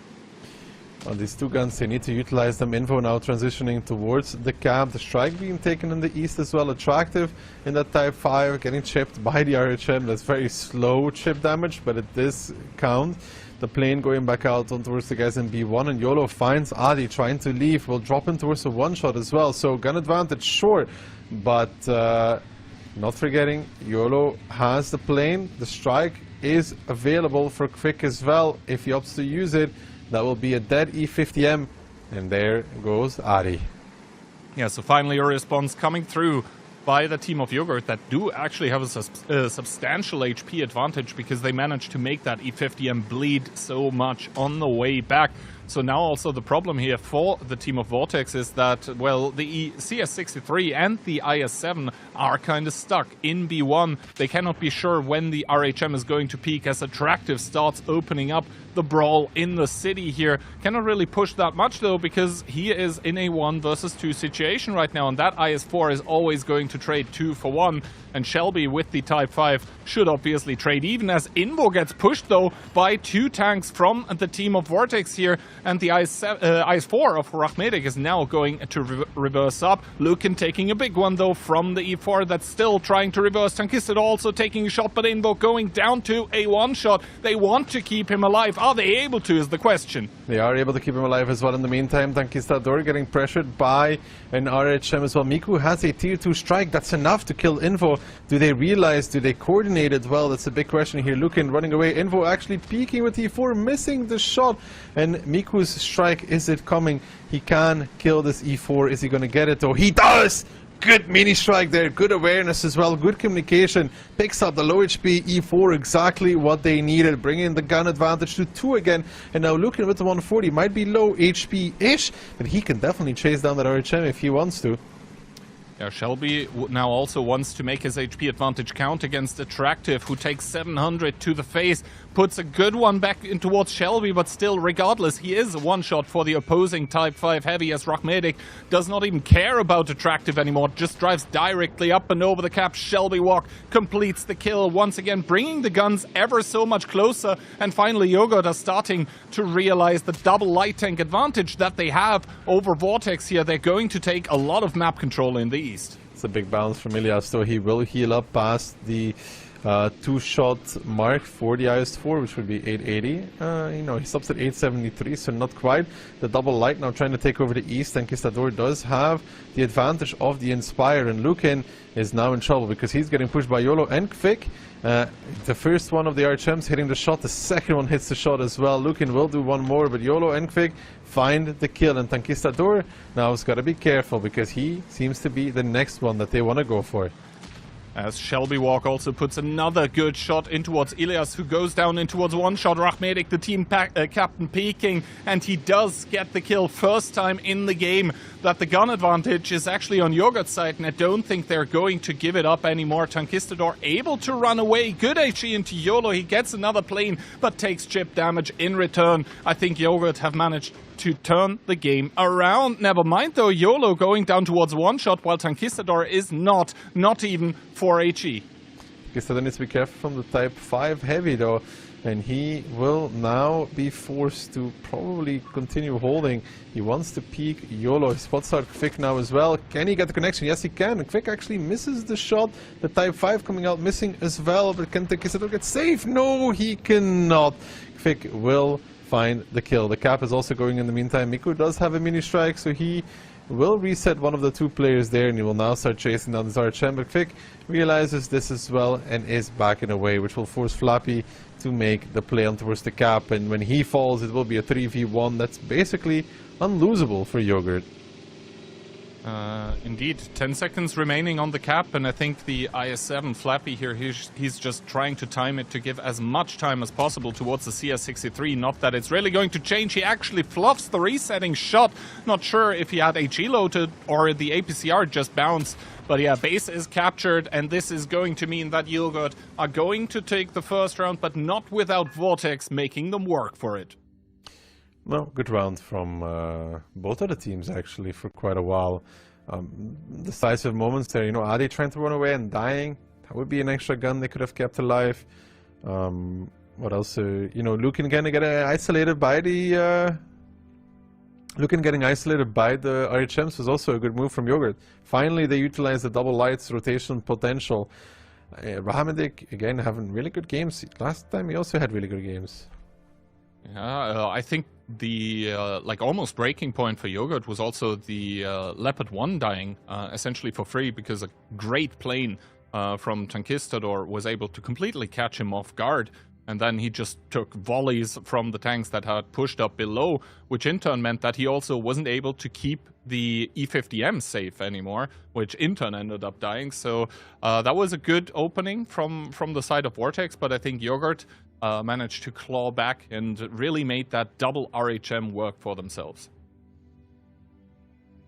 Took a while before the double RHM started working though, and I mean, I'm not entirely sure how they managed to pick off Aphrodite, who normally is playing really well for Yogurt. I understand in the Leo on the K-line position it's not that easy to play, but dying is also pretty extreme. Yeah, maybe just unfortunate timing there, coming out from Aphrodite. Or But it looks like he got. Aphrodite, It looks like he got too tanked by the type to go down to the HP that he was. I mean, in the end, he got picked up by the tanks that were pushed up below. But yeah, of course, if he was in a position where he would have gotten shot by, for example, the Type 5s from the city, that would have been very, very unfortunate. Keep in mind as well, like, the HE of the Type 5 doesn't lose penetration over distance, so maybe there was even a, cheeky little 1100 damage shot coming in from the middle of the map. But it looks to be a competitive match, Soki Hunt. At least. Can Vortex go to tiebreaker? I mean, we'll have to wait and see, right? No, I mean, like, can they... They're still fine if they win in tiebreaker, right? Yeah, I think so. But then W should not go to tiebreaker, if I recall correctly. Because I think right now there's 2 points separating them. Okay, never mind. Vortex will have to win without tiebreaker. Because W won the direct comparison. Okay, so that's any round is important. So Vortex needs to win 3-1, yeah? Or, I mean, 3-0 Exactly. 3-0 is no longer possible. Yes. So Vortex needs to start winning or they're out, basically. That makes it easy. Alright. Vortex fighting for survival in the AMD OLS Season 4. They weren't able to do it in the first round, although they did have a good opening. And Yogurt will try to kick them out. Double IS4, a 1140, a version 5. Okay, it got switched to a 30B. I think Invo is just trolling at this point in time. A 140, a double E4, and an RHM. Vortex in return, BZ IS7, double type, an E50M, a 140, and an RHM. And yeah, Invo switches to the IS7 Kihan. He almost had you fooled. He almost got me, but not quite. Yeah, so Vortex fighting for survival in this match here. I mean, I kind of like their lineup, to be honest. It is pretty meaty, pretty beefy, but then again, on the Yogurt lineup, you also have that double E4 that obviously really likes fighting against those Type 5s and even more against the BZ75s. Let's see, Miku is going to book it towards the strike here for his team, and there is not really anything that can contest him. Meanwhile, though, Yogurt starting to drive onto the cap with the double IS4, Lukin not managing to put a shell into them. Double IS4 making onto the cap. Lukin would like to get that inspired, but he won't. 1-2 line will be challenged by Vortex, and the Eastern Strike has been taken. So, with only 2-man cap and 1-2 line under control, they're not too worried about getting capped right now, I would say. Ramedek and Quick are, of course, splitting up on this cap, making sure that they don't both end up getting reset by 1 strike. Yolo has to respect Floppy pushing up, will be forced back even, and Miku just checking out what's happening. But so far, Yogurt will need to do more than this to bring Vortex to their knees. Let's see, Vortex, they've currently got 1 strike at their disposal. They don't have any mediums with the baby strike, but now plane coming in, and Quick gets reset, but now they don't have strikes anymore. They're picking 1 more on Adi, but I think Elias is here as kind of a safeguard, as a prevention mechanism. He fluffs his shot, though. 16 seconds remaining. They do pick up the secondary strike, so they are safe for the time being, but I think after that they're going to have to start bleeding for those resets. Yeah, 1 more strike. The light sneaking through is going to be important, though. If he gets all the way towards K6, he will get resets from that angle as well. And now 1-2 line actually being pressured further by Floppy in the IS7. There's an E4 watching for that. But him and the E50M see Love and have an opportunity to pick him up as well, but Love smartly adjusting. Tankisador taking the info on the other side at the same time. Quick and Ramdek on the cap need to start thinking about what's their next move, because their team currently getting pressured from a lot of different angles, and I think the move is out of that cap. Love doing a good job at staying alive, but his time is nearly run out as Adi now approaches together with Lukin. It will be the Inspire tank out immediately for Yogurt, and this is a good opening move from Vortex. It is indeed a crucial tank to lose. Now the IS4s have gone away from the cap. They want to make that push on towards the Type 5 heavies, and to be honest, it's kind of working right now. Attractive down towards 1400, less than 1000 at this point in time. Aphrodite peeking from the backlines as well. Does get the shot, so Quick gets the pickup once again. Yogurt with the opening, losing more tanks than Vortex. We're now fighting it out on this balcony, but look at those white tanks and where they're sitting compared to Vortex. They're all kind of in the same line, no alternative angles available, so it's a straight head-on fight, and it's a head-on fight against Type 5. Sure, one of them might be down, but they do find Ilias as well, a little bit left by himself to his own devices with the Type 5, but he's still pretty healthy and quick there, bouncing already on the first. Will make sure that Ilias survives for another volley in his Type. Can he get the shot though? Quick, trying to work around, Rahmedic trying to shield, but Ilias will not find it, and Rahmedic finds the kill. But Lukin and Ade coming as clean up crew on IL-2, the 140 and the E50M, just a little bit tougher to deal with for this double IS-4. Yeah, Rahmedic is going to sell out his teammate, trying to drive around the corner. Maybe he can get support from the E4. Who's not going to get support, though, is going to be Invo, because, oh, never mind, Miku bounces. So now, all of a sudden, Invo does have the reload advantage, puts in the shell in towards the Commander's Cupola. All of a sudden, Vortex with the HP advantage in the 4v4. A strike will be taken though by the guys from Yogurt, and Rahmedic wants to get a shot on Luke, and he does so as well, but how much is it going to cost him? He already took one. Is there going to be a follow-up? Is there going to be a second shot? Aphrodite knows that he cannot progress past that because of the light. Invo taking the strike. Lukin now the target. Shelby coming up. It's starting to be a little bit worrisome because Flappy with his 2.5 HP very far out. Shelby does get spotted. Will not take a shot from Takistador, who misses. Shelby will rock and roll around the corner together with Rahmedic. They find Lukin as well. Shelby will push towards it. No, he's going to focus out Adi. Good block there as well. The strike coming in from the back lines. Lukin down towards the one shot. Now Takistador spotted running towards A0 as well, and Lukin in that object 140 will survive for one more shell. Aphrodite in the meantime getting pushed by Flappy, who will give a shot, but Shelby and Rahmedic are coming. There is going to be another track shot, and now the face fuck will come out from Aphrodite as well. It will not be that easy for Flappy, but a good connection. Had to stop for it though, because Aphrodite was body blocking. Gives Shelby maybe an opportunity to find the kill, even as Flappy trying to get safe. Shelby looking for it, coming close. Shelby finds it as well, and Yogurt bring back another round. Lukin, however, snuck away in the meantime, finds a strike, picks off the one shot. Very playable. Indeed, very playable here for the team of Vortex. You might even argue that they possibly have the advantage, because look at that 227 HP object 140. He is going to be a real pain as one more shot connects in towards Rahmedic. And Lukin is going to take the info tower. That obviously gives the info towards the team of Yogurt, where the 140 actually has gone at this point in time. But the thing is, like, Yogurt, they need to force the tanks of Vortex to come close, but can they do so is the question.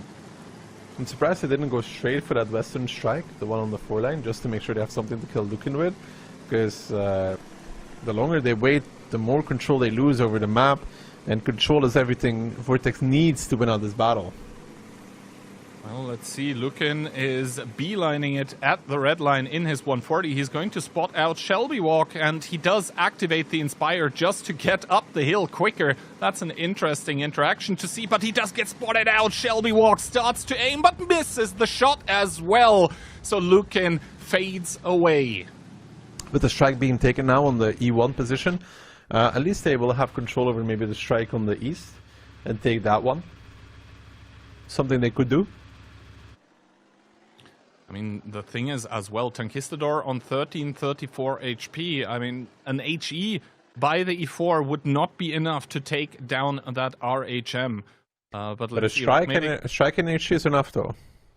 Strike and HE is enough, yes. As Rahmedic drives into the strike here, is Tankistador going to opt to use it against the IS-4? I mean, he's considering it. You can see he's hovering, and I think he did put the strike, so they are going to delay it for now.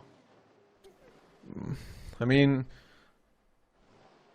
sure, gets a level 3 plane out of it as well. I'm not sure what's more worth though there. I honestly think it's more worth to plane first and then strike, because of the fact that he'll get another plane out of the strike anyways.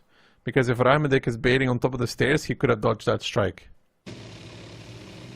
I mean, like this, he did get the damage out regardless, but now, of course, Rahmedic has picked up the artillery strike, so it was only a temporary deterrent that we saw.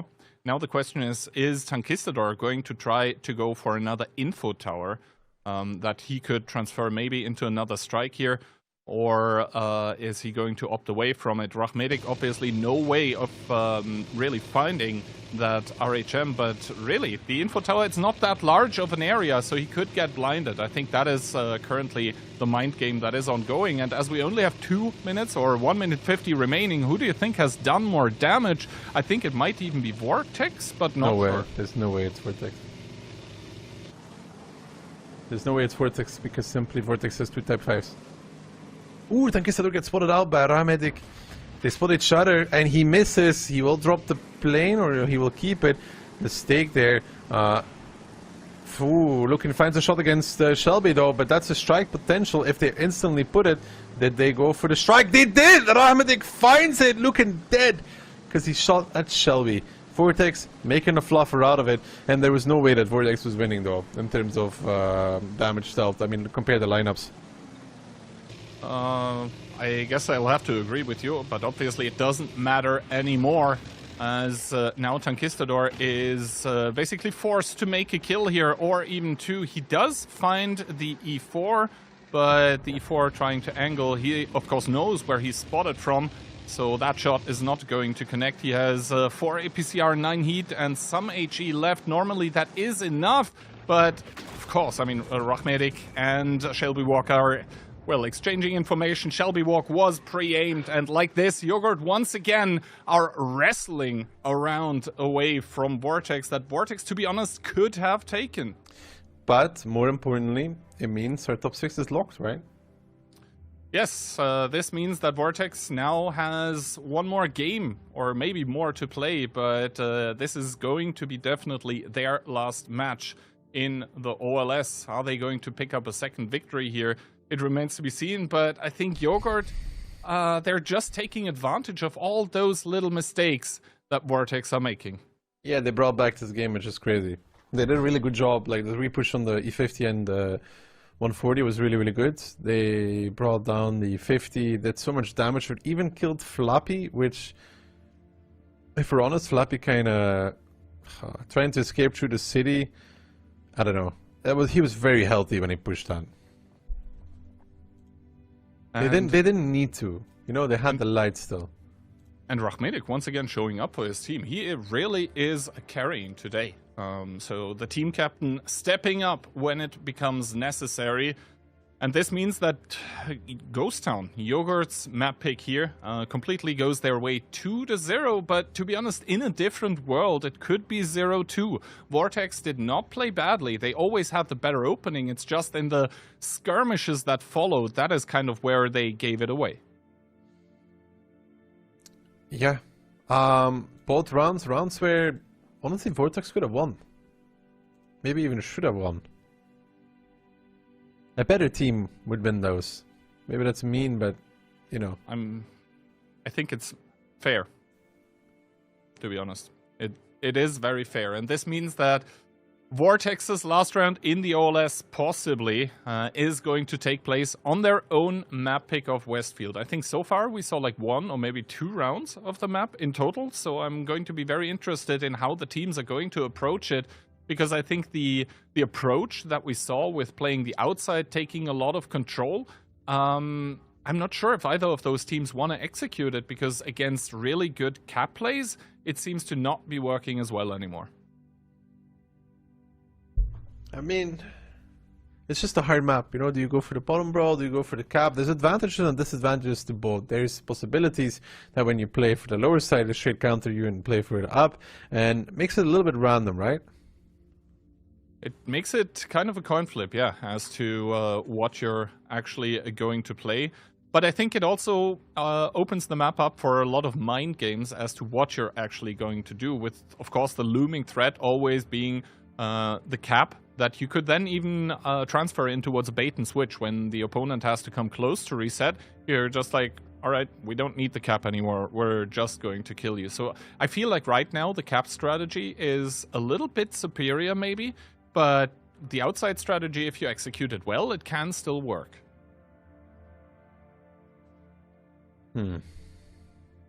What would you play, Kihan? A lower strategy or a cap strategy? I feel like the cap one is easier to execute, so I would just go for that one. And it seems like Yogurt are kind of going with the same logic, although they have picked 2 lights here. But yeah, double BZ together with an IS-4, a Badger, an STRV, and double light tank, EBR and RHM. So that looks like a hold on top side. Does not scream trade cap, no, that's for sure. Vortex will need to do something though with that triple BZ, the 140, triple Blitzkrieg. That's a pushing lineup. They need to find the fight. Against an STRV that's going to be farming, that will be very interesting to watch, because the STRV is of course designed to counter just that, to counter an overpush, and the tanks in the enemy lineup are very, very juicy for the STRV to shoot upon.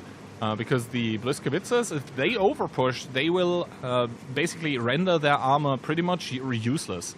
Opening-wise though, the RHM driving towards the J line, that is a very, very wide approach to be taking. The BZ crossing from Invo. He takes 2 shots though, good shooting from Ilias and Miku. We've seen BZs there before, so he's taken some damage, but he is killable, of course, for the side of Vortex. Aphrodite getting spotted out, and then STRV needs to be careful as well. Miku boosting straight past in his BZ-75, but Ilias kind of far behind. Some shots letting loose on the move. It's not quite what they gotta do. Miku is gonna cross over further, but look at him, he's down towards 466, and Invo will find a kill for this as well. Invo finds the kill and now starts to boost out of his position to maybe stay alive a little bit longer, but Lucan is of course DPM farming him down as Ilias shuts him down. This means obviously a kill advantage negated here, but Aphrodite maybe wants to be a little bit careful with sticking around too long, but currently he has good shots in towards the Blitzkriegers as he's trying to support Rachmedic and Shelby Walk in the Badger. Rachmedic down 2000 HP, and now in comes the overpush. Ilias and Flappy doubling up on towards Aphrodite. Yeah, they have to take out this SCRV or it's game over for sure, but how much will it take them? Ilias, I think, even putting an HE shot into the back of that STRV, and Flappy not bouncing those either, but Aphrodite is coming off of reload in a second. Liquor's actually going to pick it up. Ilias with the boost to come down upon him. YOLO finds the kill, and it's 3v4, and the rest of the guns from Yogurt are disengaged, so are far away. Liquor needs to be careful because he is going to get picked up rather soon as well. Needs to back away. Took some extra damage. Where does he run away with that E50M? Because he is the target for Vortex. They have 4 tanks versus 2 light tanks and a relatively low HP E50M. Attractive is now going to take the information tower. This is going to negate the possibility for Liquor to make it away, basically. Information tower immediately used, so Vortex know where the opponents are. YOLO even takes a shot of damage here as Attractive. He gets retaliated upon, but now Tankistador and Adi, they're trying to find this pesky E50M as Attractive takes more damage from YOLO, so they're not going to make it easy. Yogurt, that is. No, Liquor gets away, but now the next focus is going to be on towards YOLO, who's getting pressured by Lucan on the K-line as well. Sure, Liquor will make it away, but now, gotta be careful. Liquor gets spotted out as well in that E50M, gets D-spotted, but takes 1 from Takistador. Attractive now moving as well, the strike coming in. Liquor now taking more, and they realize that YOLO needs to run. They're pulling him out, but Attractive is going for that push. The plane will not hit, and Liquor now in trouble, gets spotted out, and Attractive will find the kill. And now it is 2 light tanks against 4 enemy tanks on the lineup of Vortex here. YOLO even getting spotted for making that cross, and the RHM certainly does struggle against the frontal armor that the Blitzkrieg is. YOLO, he has to delay somehow for Lovey to kill that singular Blitzkrieg that's still staying on the upside. Good shot by that one though, in towards the EBR as Attractive takes another hit. But yeah, the Wolves are chasing down YOLO, and they are not looking to stop. I think they're coming within spotting range in a second as well. YOLO spots out Attractive, but Attractive spots him back. Lets a shot go. That's HE. That's a secondary HE shot. That's a third one even. If Adi, if Lucan hit, but Adi with a strike picking it up, and it will be Vortex extending this match by yet another round. And extending their stay in the OLS as well as Lovey. Last man standing, he's not going to do it for very, very long. I don't think. He starts flanking Tankistador, but that only gives up his position. He is, of course, a one-shot for these Blitzkriegers. A ram coming in from Tankistador, but Lovey picks it up, so he makes it a 1 versus 3 situation. But normally, Yeah, Yogurt should not be able to pick up the clean 3-0, and there we go. Attractive locks it in. It is going to be 2-1 match point still for the team of Yogurt. It was a tough fight for Vortex, but the most important move was indeed killing that STRV. He would have ruined them, and they threw everything to make sure he died, and succeeded at it as well. Of course, there's some other stuff you can nitpick, like the E50M needs to keep more HP there. He took about half his HP and damage at the very end. If he's full, they can definitely play, but it would still be hard though, because they would constantly keep chasing that E50M. Well, it shows that Vortex can actually take rounds off of Yogurt. That's the most important takeaway. And the thing is, if you're Vortex here, I mean, you just got knocked out of the OLS by this team of Yogurt. So maybe you even want to take a little bit of revenge and just take as many points away from Yogurt as you can moving forward. Like a little bit out of spite. Yeah, why not? I mean, Vortex can still take some points away from Yogurt. They won all the points, but Vortex is not giving it for free. No, and I think the first 2 rounds on Ghost Town as well, they really showed that Vortex have come to play here, and I think it also shows the development of their team a little bit. Like at the start of Phase 1, it sounds harsh, but they looked kind of hopeless. But here, there was potential in every single round for them. They only made it count in one of those, but yeah, maybe they can take more points off of Vortex because, off of Yogurt, because if they take another round, it will go to the tiebreaker, which means both teams are going to split it first of all. Sure, it's good to see Vortex, you know, still trying. You know, they could have also picked 7 Type 5 heavies if they wanted to.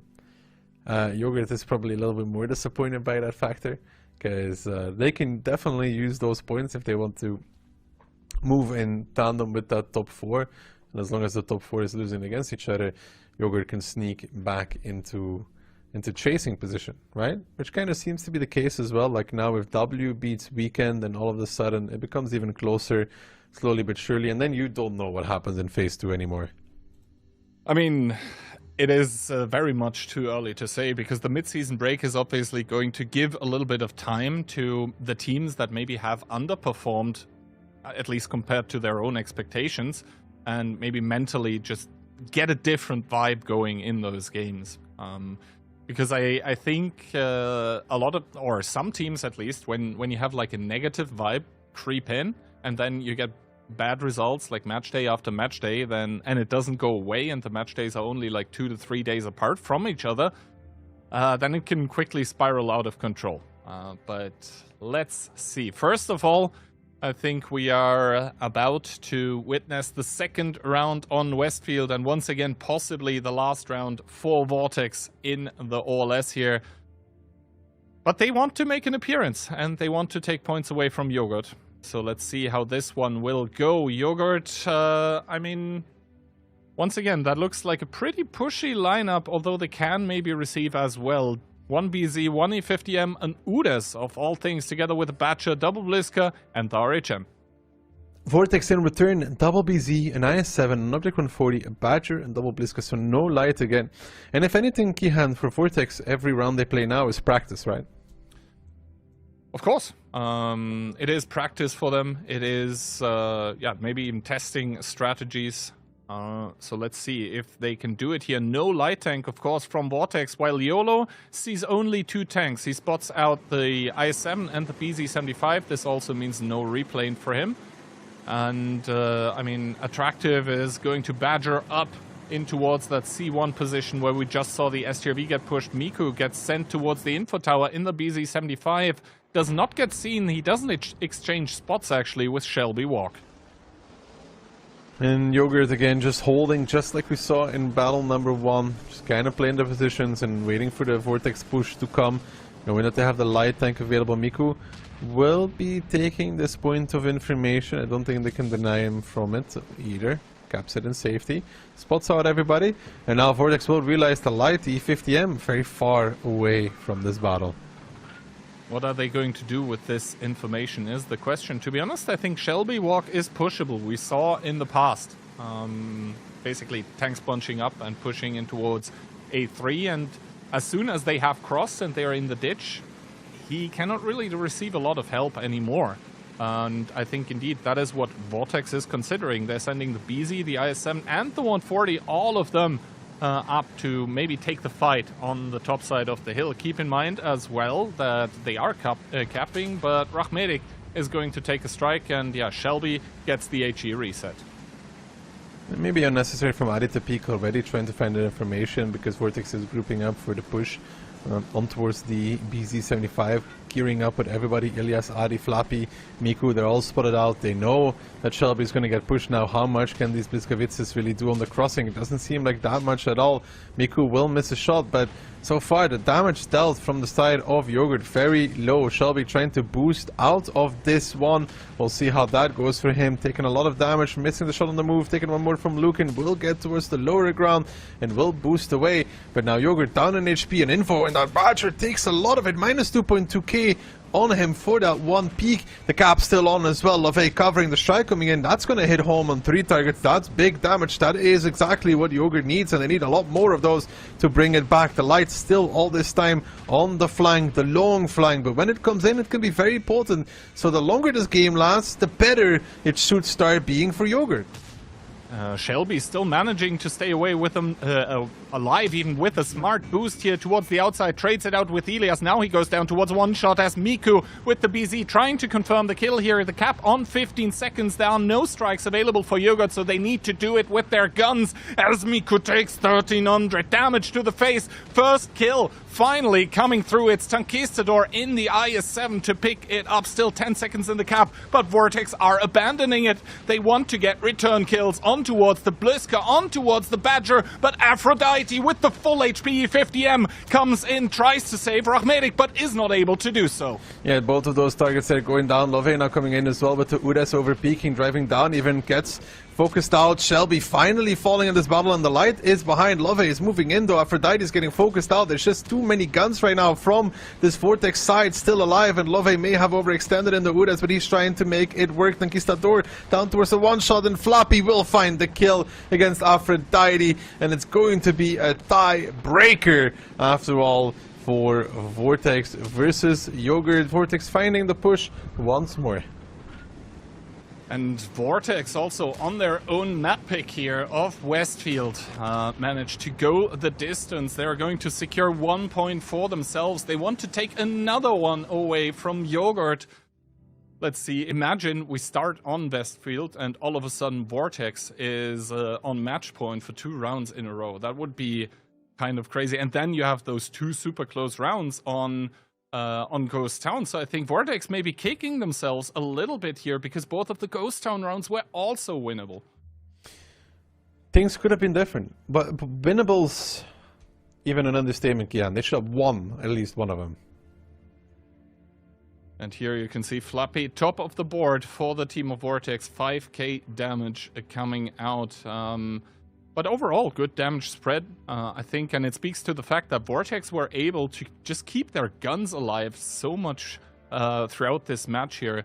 I mean, the BZ-75 in like A2-3 that is supposed to die immediately, yeah, he just didn't go down. That was Shelby Walk on the other team, but overall, I think Vortex did the better job of keeping the guns in the game, and this means the match actually is going to go the distance. Ghost Town 2-0 for Yogurt, Westfield 2-0 for Vortex. So Himmelsdorf is going to be our decider, and Vortex actually has site selection because of the fastest win, of course, and they do pick south. South on Himmels. Okay, I mean they could close it out in style. Kihan the winning 3-2. That would be very good for my prediction, Phil's prediction, and Moff's prediction. Way less good for your prediction, though. Yeah, at this point, I hope Vortex wins, so we're all wrong. Wow. I don't want you to get more points than me. I'm far ahead of you right now, actually. It's not going well this season. It's not going well. Me and Phil are leading the pack. Mm-hmm. Unbelievable. Crazy Am I how still that in works. front of Moff? No. Oh God. Actually, yes, you are again. You were even, right? But because you predicted 3-2 for cashback, you're 1 point ahead of him now. Ah, nice. 1 point ahead of Moth and 2 points ahead of Baby. How did Moth predict for this match? Well, you don't want 3 to know. to 2, right? You don't want to know. Yogurt. You don't want to know the We're answer. even again. If it goes 3 to 2 for Yogurt, we're even again. Ah, crap. Yep. That's how it goes at the bottom of the prediction league. Ay. There's the next match. We all voted 3-0, so like it doesn't even matter. And then the W match is again the interesting one. Let's see how it goes. I mean, Vortex, I think they want to go out with a bang here. They want to take this one more round to make it harder for Yogurt in the coming in the coming play days as well. Yeah, there we see the predictions. So it is what it is. Some of those days. It is what it is. It happens. What do you think, Jan, after watching the full match? I think Vortex is not going to take it just because of the impression that they gave on Ghost Town, right? They always had the better opening, but then Yogurt with the better reaction managing to muscle through. So I think considering the whole match, I think Vortex should have the win already, but because they don't, Yogurt is going to take it. All right. Okay. Well, we'll see. We'll see. I'm curious as well. I mean, kudos to Vortex still for treating every round respectfully. It's good training for them. Mm-hmm. There's no better training than live matches, right? Absolutely. It gives like this sense of urgency as well that just simply isn't there in trainings, right? But of course, because it's a tiebreaker and neither of the teams knew that they were going to have to play the map or from which side, we are giving a little bit more time to the teams to prepare. But I think soon, within like a minute or two, we should be loading into the game. Himmelsdorf, it is one of the newer maps in the map pool. Do you think any side has an advantage, or do you think South by the team with the tiebreaker selection side is just a comfort pick?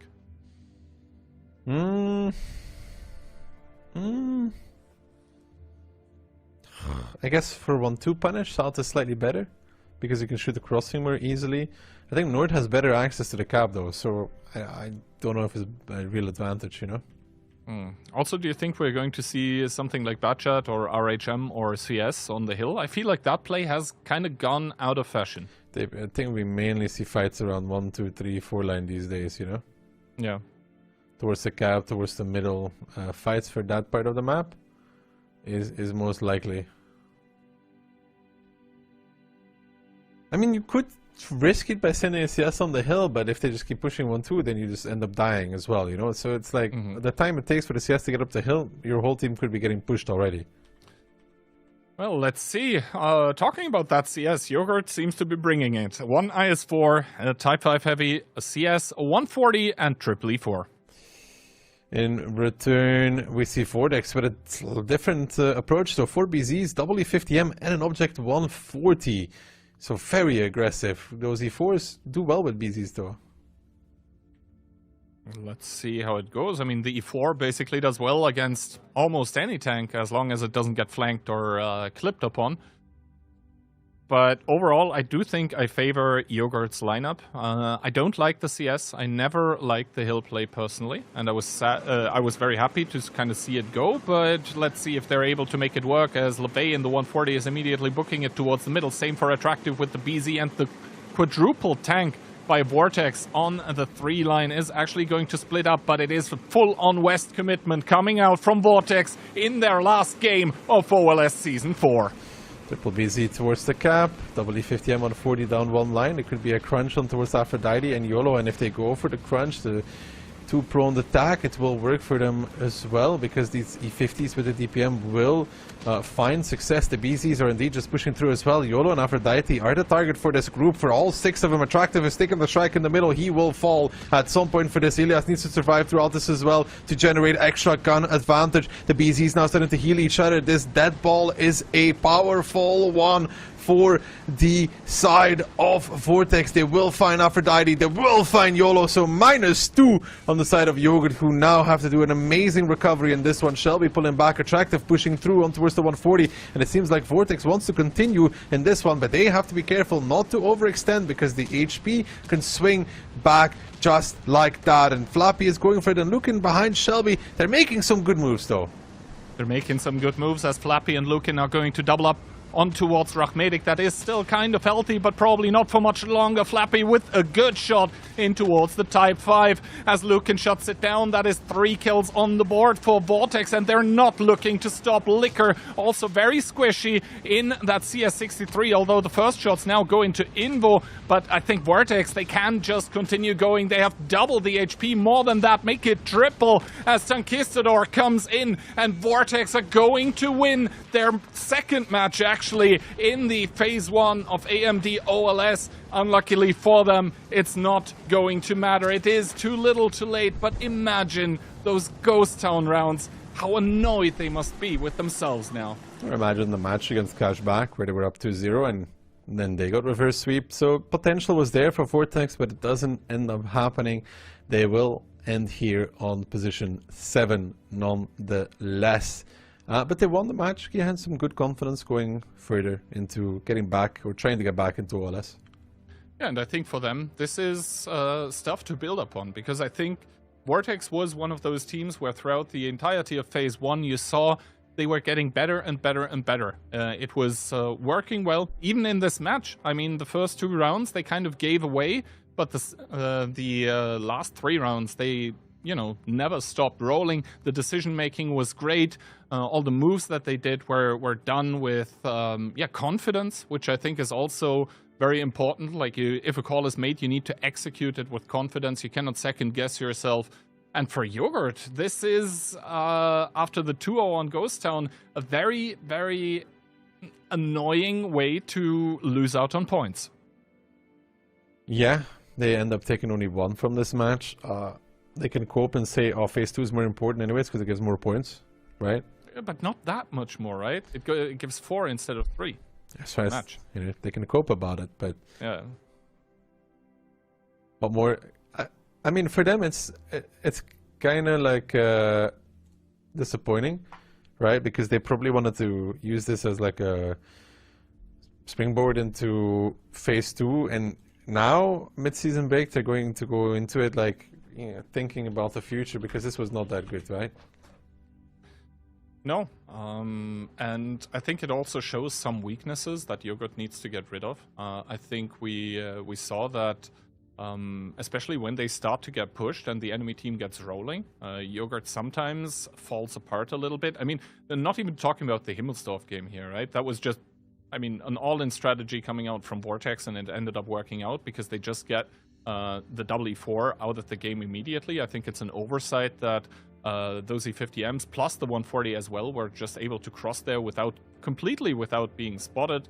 And then they also didn't have the greatest setup to respond with, right? Because the CS63 getting forced close, it doesn't want to be close on Himmelsdorf. It wants to stay away out of the fight and just provide DPM from somewhere else. But overall, I think good things from Vortex. I'm kind of sad to see them go as well now.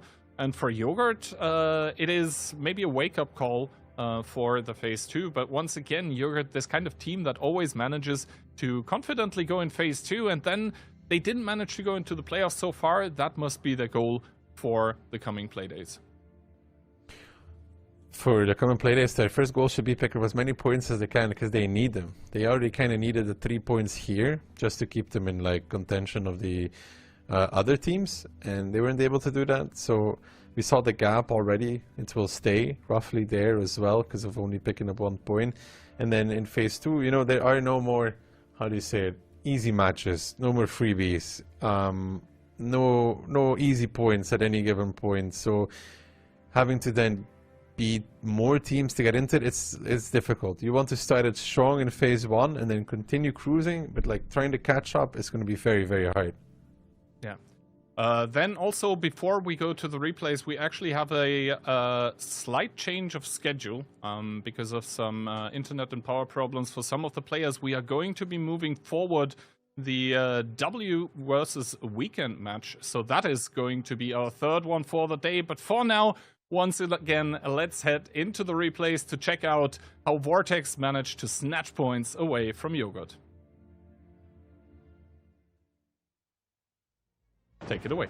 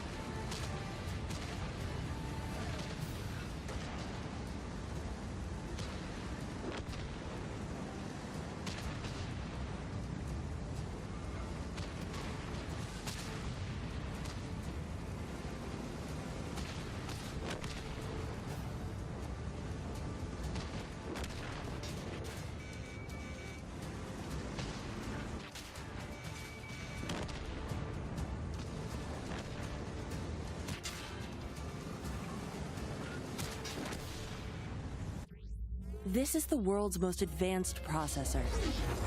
In entertainment, its rendering speeds render other processors obsolete. Powers cloud services for billions. Helps change the course of climate change. And uses AI to accelerate disease detection and cures. We make the world's most advanced processors, but only with your vision can we advance the world. AMD. Together, we advance.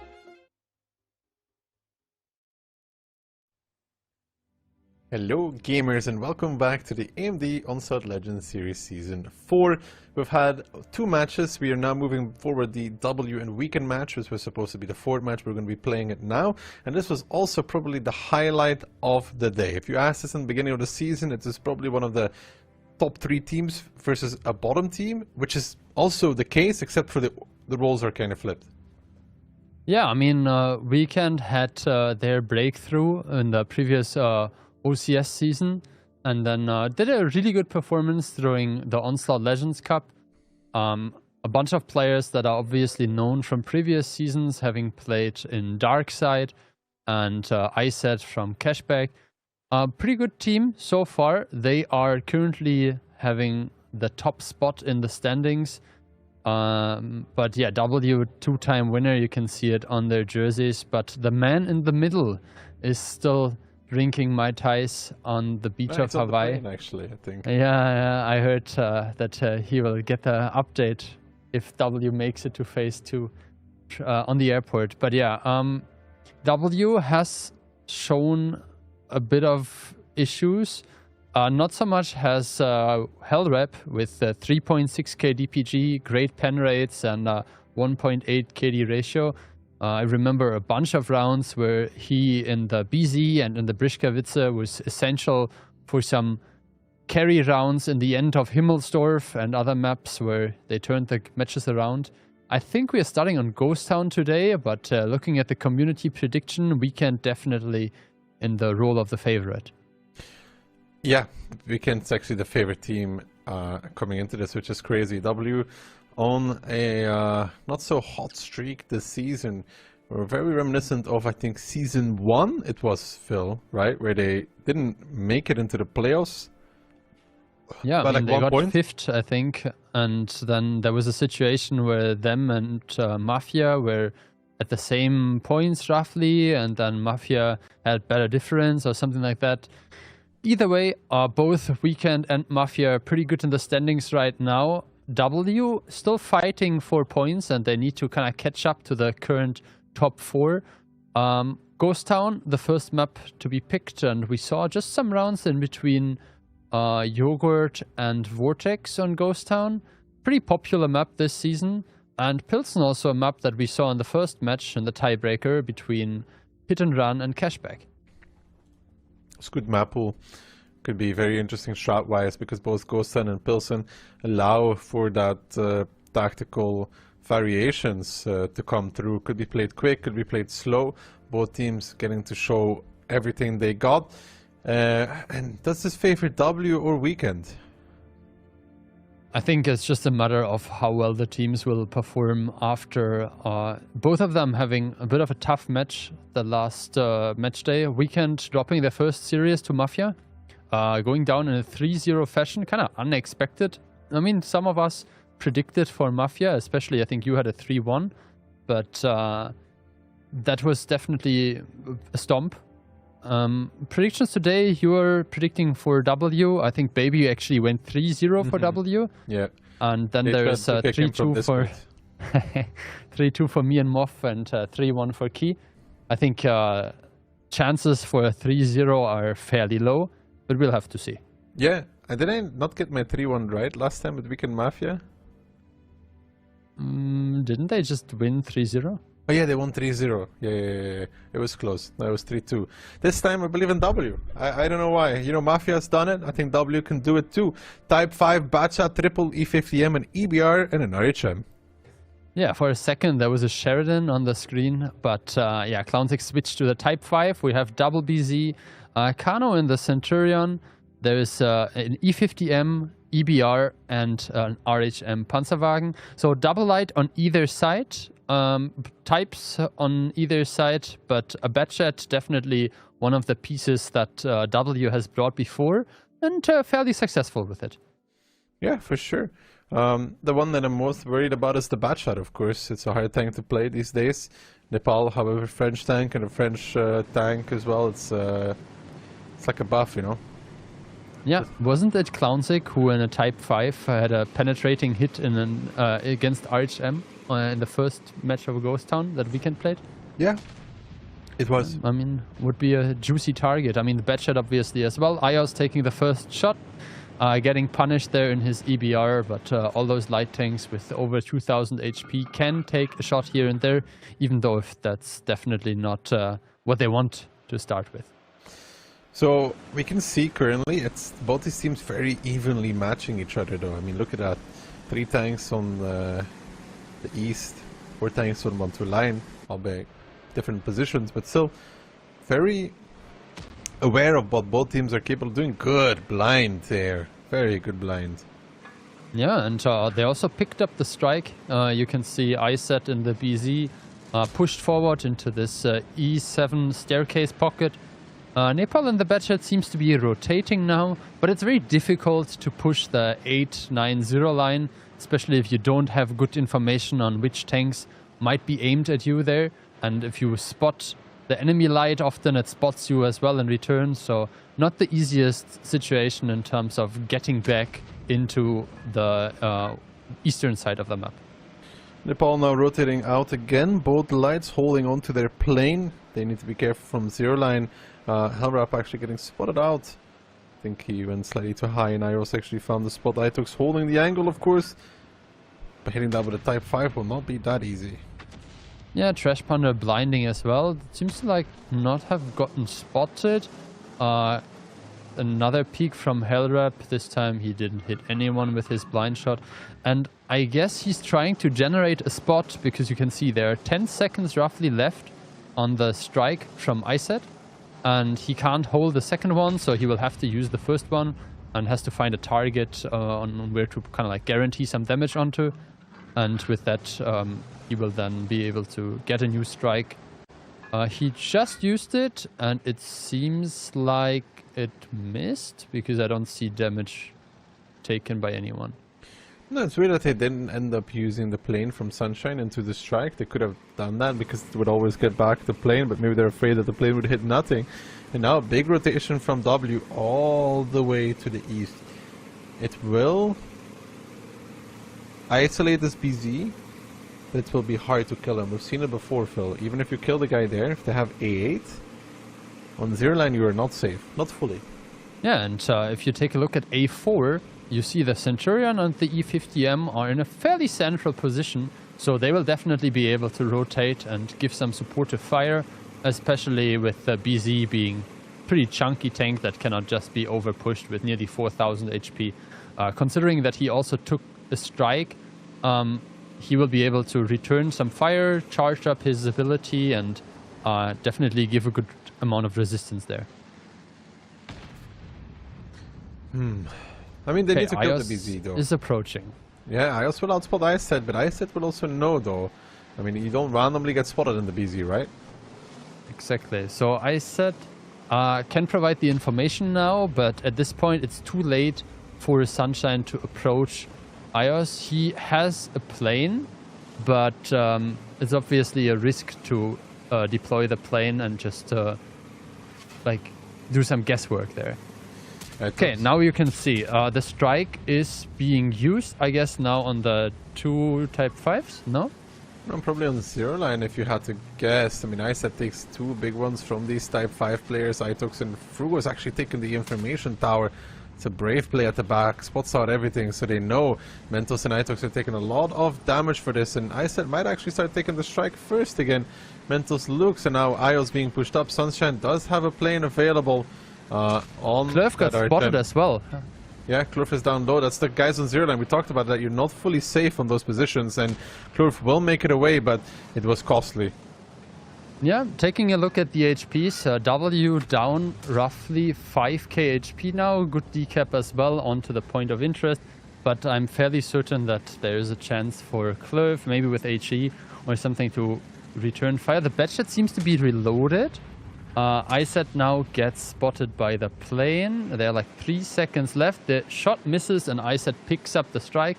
Hellreps make it, seems to be making it out as well. So I would say a very good advantage for Weekend. 6k HP up, and they haven't lost the gun either. No, good rotations from Weekend, holding back a little bit more passive in this one. IOS has gotten pretty far though as well, and now W trying to rotate one more time, but all of these rotations are costly, and Weekend is just matching them on their energy, on their vibe, playing it very slow, but so far Flow is slow and successful. Yeah, and you can see that the EBR of IOS has not really been able to advance there either. He kind of pushed away the EBR, preventing it from taking another strike for free, but Hellrep is still full HP, so there's no danger for him. Iset will have to find a target for his strike soon again, but it's not the biggest of issues if you have like one of the type 5 spotted. Worst case, you just put 400 damage into one of the types. One more rotation, this time around maybe W out-rotating Weekend just ever so slightly. The double back into this 9-0 line. IOS going yet again, spotting out Iset. Itox and Mentos are gonna make the peak once more, but this time there's only Sunshine covering that off. Nobody else in position. Mentos will find the shot, and Iset's still on reload, so that means he might do one more shot in total than he normally would be able to. And Sunshine puts the plane on IOS, hits it as well, but will IOS get away? Immediately takes one from the type 5, one shot on that EBR, no wheels either, does go D-spotted. Does he make it out? He does seem to just about make it with those damage wheels, but there's the plane coming out once more. He's spotted again out in the open. The type 5, however, the only one that could make a shot, but Clownzik does not miss those. Yeah, great shooting. I mean, the HE and the AP both not the best choices for long distance sniping, especially with the uneven terrain there as well, kind of facilitating those escapes. Mentos gets decapped by Clownzik again, who puts in like 20 damage by HE, strike for good measure, and taking a look at the HPs, we are still in the same approach, roughly 6k up, and it was just a trade for 1-for-1 vehicles, and I think losing a BZ is not that much of an issue, considering how much you got in return. The thing is, they needed IOS to stay alive for this, because then they would have generated a kill, right? And not have been in position to lose anybody, and then they could play on kill advantage. But now... Yeah, but take a look at the HPs. Everyone is basically full HP, aside from like insignificant damage onto the type. Like getting one of the types, one of the tanks out from Weekend is very difficult. Yeah, sure, but imagine IOS is alive. You force Weekend to make a move even up on HP, but now they're really adjusting well. Brush Panda running away just in time, back to A1. The timing is incredible. He will make it out. Nepal will spot him, I think, on the runaway. Maybe him given a shot, but just gets spotted for that. And Evil will retaliate. No, he doesn't. No, he does actually end up getting it. So one more shot, and now W left scratching their head. How did they defeat a team that's fully dug into the A line? Yeah, I mean, just a quick look at the team HP bars in the top tells you as well which team has dealt more damage, and I think yeah, you don't need to be an expert to see how empty the W bar is compared to Weekend. Strikes are being picked up. Nepal finds this pocket here where Evil cannot decap him. There is definitely some options still for them to deal a bit of strike damage. Frugo seems to have been decapped as well, but now he finally picks it up. 2 strikes on the side of W and a bit of damage onto Hellrep, but this looks pretty dire. I mean, dire is an understatement at this point. They have to push something and kill it, and I don't know how they're going to do it. Maybe they're going to move towards the Archemade 0, but even that, it's a long distance to get there, and they need all the time they can get. They have 40 seconds to get something out. Squeezy maybe taking the strike. No, opts not to do it. Nepal moving in as well, but it's batched on towards the east. There is already an EBR covering. Frugo spotted out early, taking damage, taking 2 shots on the cross. The type will probably give one as well. Sunshine drops the plane, but Frugo will make it by the looks of things towards a 0. That's still quite some distance to travel. Sunshine is dead though! They have the kill advantage. Sunshine trying to run away, but he should have stayed and fight. But Hellrap will cross over in the meantime. Kill advantage in favor of W right now. Frugo needs to Hellrap will not anticipate get a this. second reload. No, Frugo's actually facing the right direction as well, so Hellrap needs to go all the way around. Will find it. No second reload. Squeezy needs to stay alive as well. The ram maybe from Hellrap. No, that's an E50M. It's going to be W that pick up the round after all. And yeah, huge misplay from the RHM. I mean, he was on like 1.4k HP. He has to just stay. Yeah, he sees the E50M approaching with like 500-600. Even if he takes a bit of ramming, you put 2 heat shots, and there's quite some space to maneuver even. So, like, bit of a throw. I mean, not just a bit. That was a disaster. There's so little pressure on Weekend, and they throw that Sunshine. I'm sorry, but that is horrible. No, I mean, you know that you cannot run. You know it, and you know that there's always the EBR that can cross over and help you. You know, Hellrap is not that far away. And Frugo will take like 4 shots to kill you. Even with the strikes, it was still 3-4 shots to kill you. I mean, it's a very easy situation to be in the RHM, you know? No, I mean, good stuff by W, making the decisive moves in the end. But this very much felt more like a misplay than an outplay. At the same time, you know, they did enable themselves to find the kill. Yeah. And with that being said, Weekend goes down 1-0, and W maybe picking up a bit of momentum now. I mean, if you're W, that's a steal and a half right there. Do you think W is the natural Weekend counter, because Weekend has, like, you know, nice palm trees and beach, and like Jackifer just knows it all? No? No, I understand the connections you're trying to make, but it's like, he's not even home yet. So, like, what? He's like watching from the plane? I mean, maybe he's giving the essential information. Although depending, like having this artillery view from the plane. Depending on the plane he's on, he would have good enough internet to watch, right? Yeah, for sure, for sure. Depending. I mean, some of them not as good as others. Exactly. But yeah, with that being said, first round of Ghost Town, kind of... It's a tilter, though. Steal of a victory, yeah. W... If you're Weekend, that's I don't know, tilter. they shouldn't have won this one. Especially if you're Sunshine. Like, you know, like, you look back at that 100 times and you'll be like, why did I decide to run? Why? Like, what was I thinking? No. With that being concluded, we are about to load into the second round.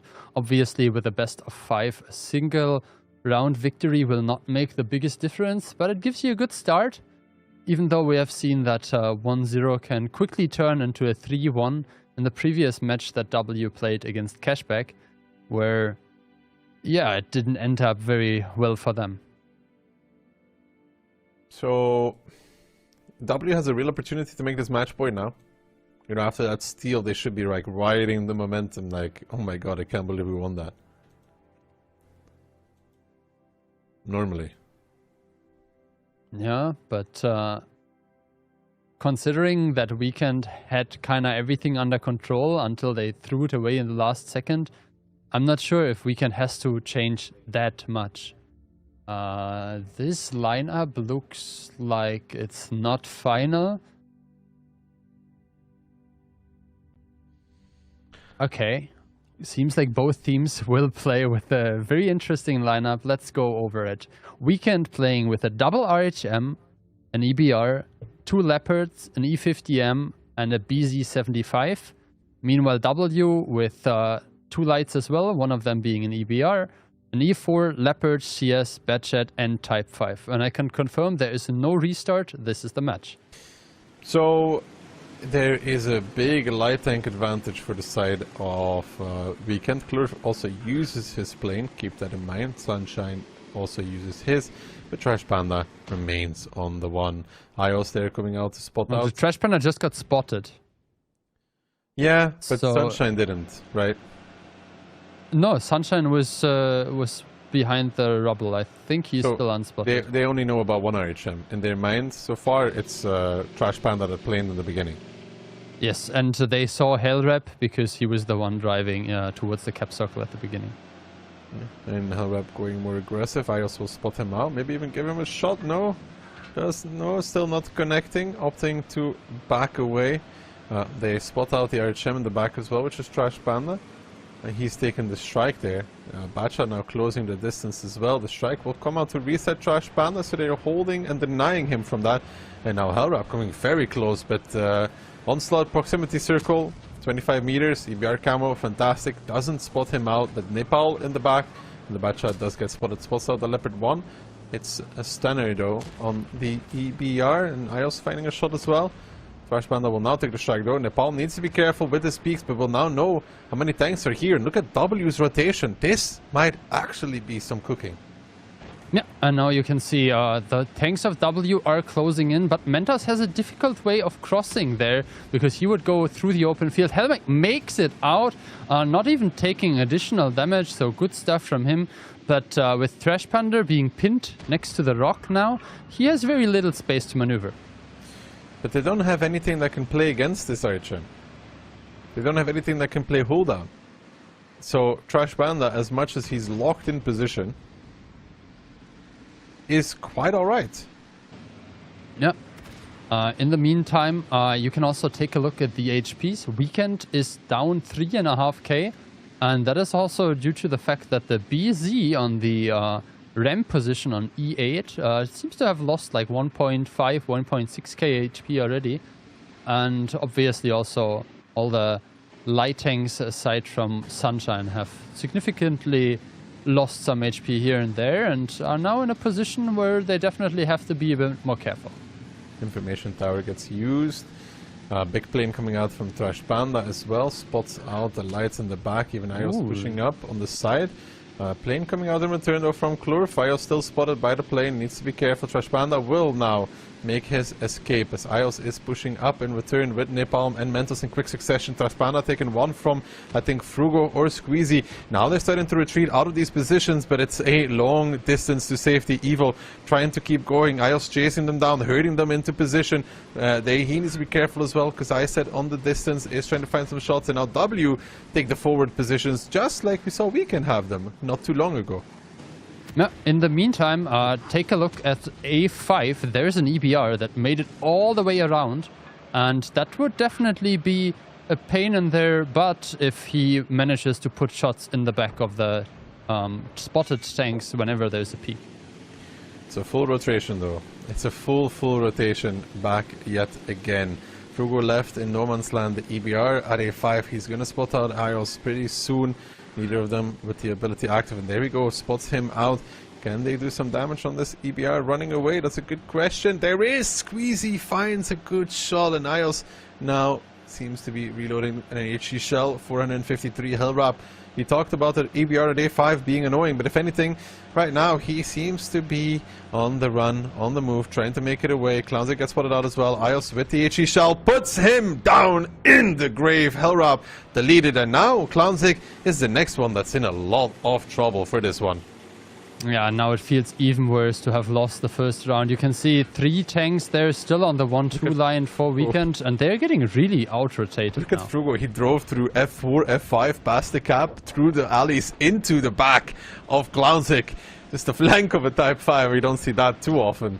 The tank is pretty chunky, it's not that great at flanking, but it does end up working out for the side of W. Up 4,000, up 2 guns, looking for the match point.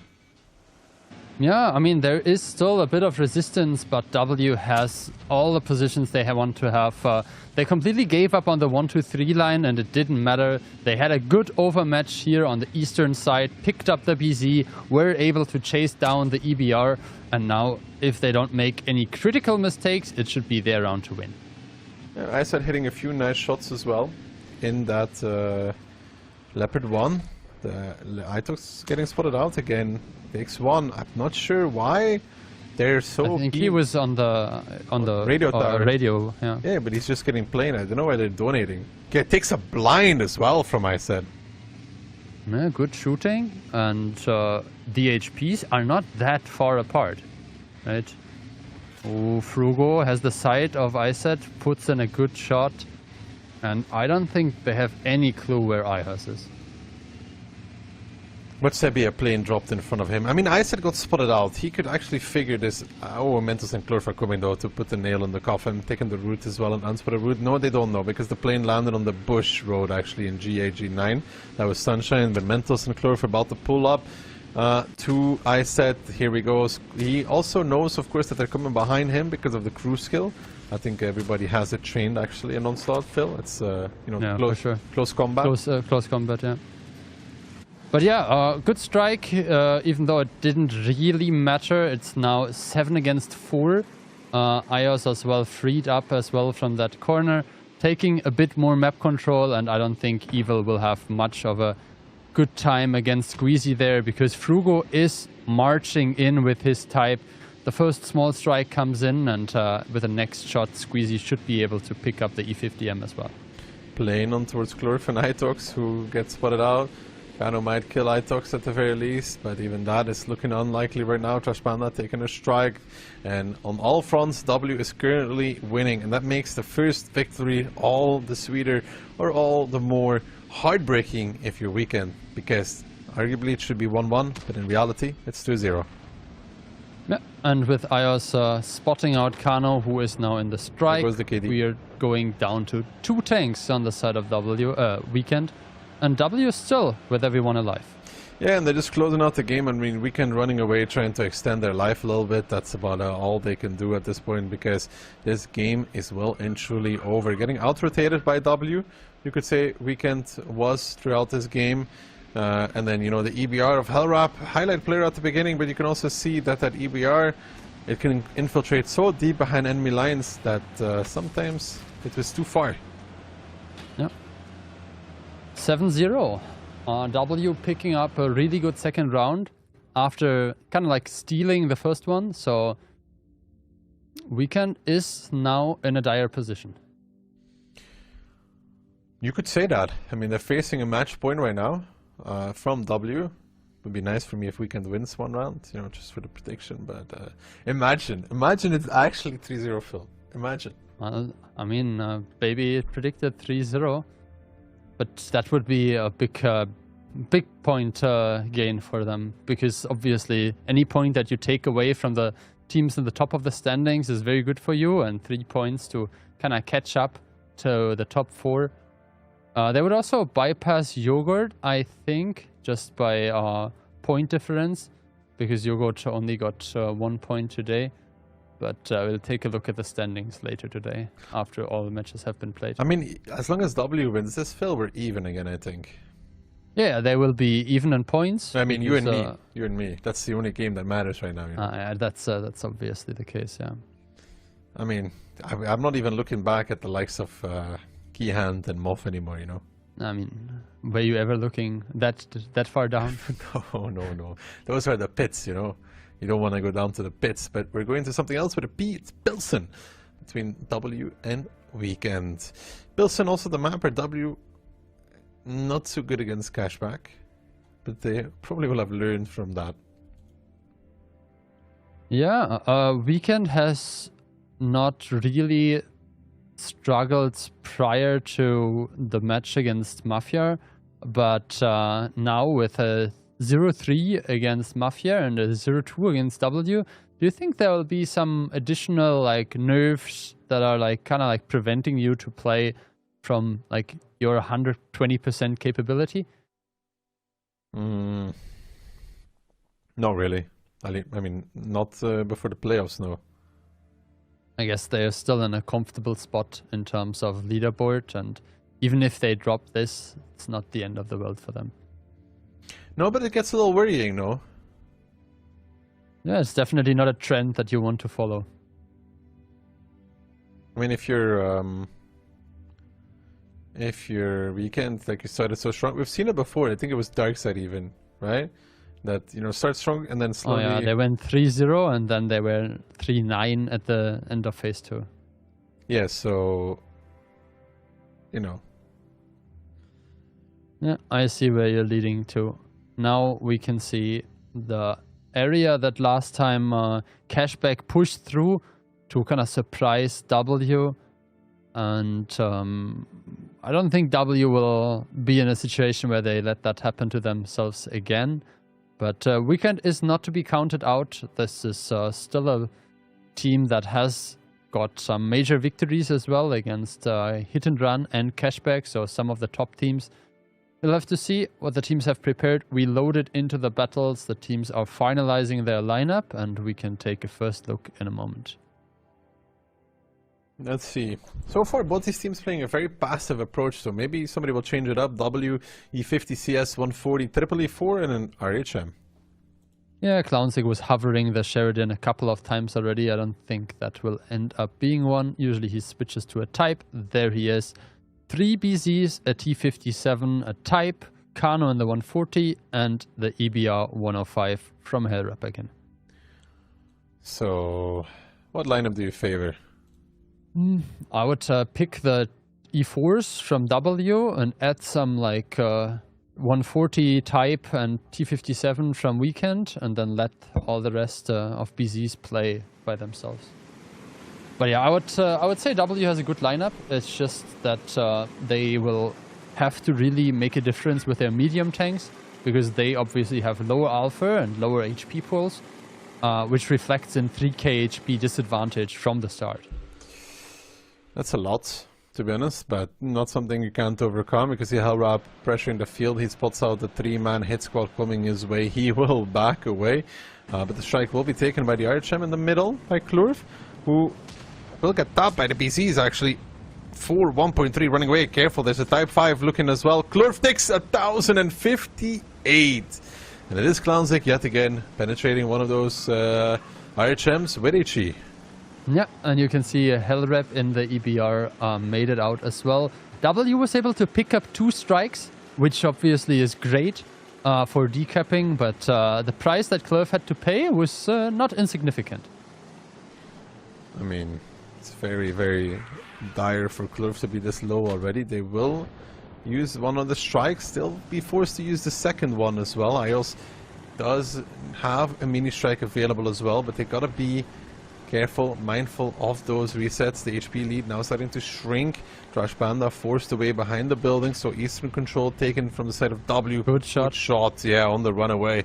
Gets behind the building, punishing Squeezy a little bit more.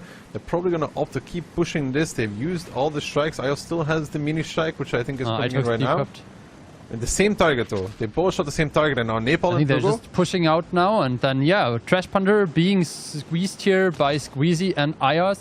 But fight on 2 fronts. Frugo immediately ending up alone there as Nepal drops, and Clownzik and Sunshine are closing in with second line of fire being opened up by Iset. Mentos needs to be careful as well in that E50M, because once Frugo dies, he is isolated as well. He's trying to do the damage towards Iset. Frugo gets one more shot out on towards Clownzik. Good shot as well. Sunshine taking the strike in the meantime will find the kill as well. Does get reset from the field by Klurf, who has a strike available as well. Now Mentos is forced to back away, but Itox is the one in trouble in the E4. He has Evil in that T57 pushing his way. Mentos is coming to support. There is a strike being taken by Klurf, so Evil will fully clip, and Itox's inability will not take that much from it. But now there needs to be a follow-up on towards Itox though, and it's going to be Iset and the BZ boosting as well. Itox trying to look numerous different ways. Iset comes behind him and picks him up, gets into the dip as well, and now Mentos getting pressured. He will find Sunshine though, but Sunshine with a sneaky little heal will survive slightly longer, but Mentos puts him down, and W with 4, Weekend with 5. Yeah, but taking a look at the HPs, we are talking about nearly double the HPs. Considering that the T57 is very close, we might have to see Mentos leaving this position as well. But yeah, IOS taking the information tower.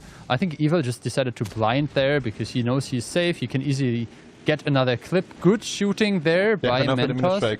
They have enough with the big strike. I think Iset will be picked up, yeah. Yeah, it's a mini strike. They're using the mini strike. IOS, does he hit it? No, it misses. Oh, very good awareness. I think Iset just used the booster. Yeah. You can see the fire coming out there, or the boosters, so definitely good movement.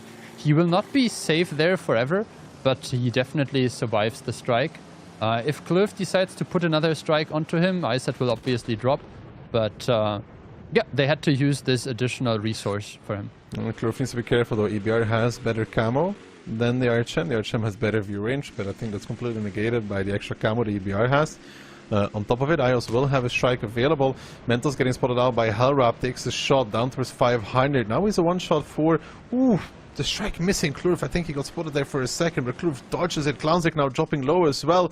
And this is starting to fall a little bit to pieces for the side of Weekend, as Clownzik is down towards the one-shot against Mentos. The strike gets taken, so Clownzik, we can count him out already. He's dead. Squeezy taking the information tower. Kano taking 1-2 as well to the face. Clownzik dead to the strike. Kano down towards the one-shot. But look at Hellrap. He's the unknown factor right now, pushing towards Klur, finding the kill as well. That could be enough to close out this game. A good and intelligent push from that EBR player finds success on towards Klurf. Yeah, I mean, good stuff coming in from either side. W was able to close the gap. We were talking about roughly 2.5 versus 5k HP. Now they're down to like 1-shot difference in HPs. And Kano also 1-shot for a strike. Timing. But they need to get a strike from somewhere, right? If Ios gets spotted by Hellrap, Hellrap gets spotted out. Squeezy might find a shot on him in return. Squeezy does find the shot, pushes him down low. He has the information tower as well. He uses it now. Can Ios find the shot? No, he's not in position. He will have to blind it. Bad communication between the two players from W. Squeezy pops the information tower, but Ios is not ready for it. Yeah, and Squeezy gets spotted again. That will put him into potentially the target of the RT strike, but considering that he is not a one-shot, I think Kano can hold it for a moment. They need an information tower and they need a strike. With those two things, they can make the game 2v2. And then it's a matter of who dealt more damage. And I'm gonna be honest, Phil, we know who that is. Yeah, but keep in mind that Ios as well has mini strike if needed, so they could kind of like try to bait. Oh, that looks interesting. They could try to bait with the mini strike, like a decap of the strike for Weekend, because they basically have the big strike and the mini strike, so potentially that is enough to pick up a kill. I mean, they gotta remember that, Kano is the one that has the strike here, so if he doesn't use it on towards Ios's position, he's gonna get spotted out. There's the strike, see the movement coming out. Ios not able to dodge it, so down towards the one-shot will go back in it, but he's by Hellrap. Look at BR comes very quickly, ability activated. Does he outspot the CS63? No, he doesn't. The blind from Evil bounced. The information tower gets used, but that means Squeezy needs to use the strike quickly, and he doesn't end up using it. Very lucky for Ios to survive there. Yeah, but also lucky for Kano or Hellrap, because they were both in the area of one-shot for the strike.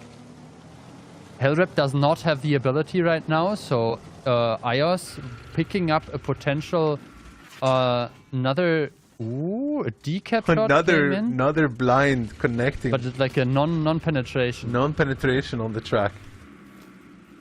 This man should not buy a lottery ticket, because when you have that much luck, you've already wasted it, you know? No, you've used it all. Squeezy seems to again not use the RT strike, so maybe they're trying to hope that one of the other tanks will pick up. They might try with double strike, you know? But... Hellrap's gonna get spotted out. Squeezy sees him. Squeezy, does he nail the shot? Squeezy does not miss those. Hellrap down and out. Patience rewarded. It's a 2-on-2 now with another strike being taken. A non-connection coming out from the 140. So Squeezy roughly knows where he is now. Yeah, I think Weekend felt the pressure there because there was a double strike being taken. If they take another information tower, Kano cannot, I mean... But couldn't they have just sent Evil to the E1 strike? They could try. I mean, it felt to me that the EBR was kind of like the most important asset for them, and like losing it like this feels very underwhelming. Well, unbelievable. Phil, I think it's 3-0.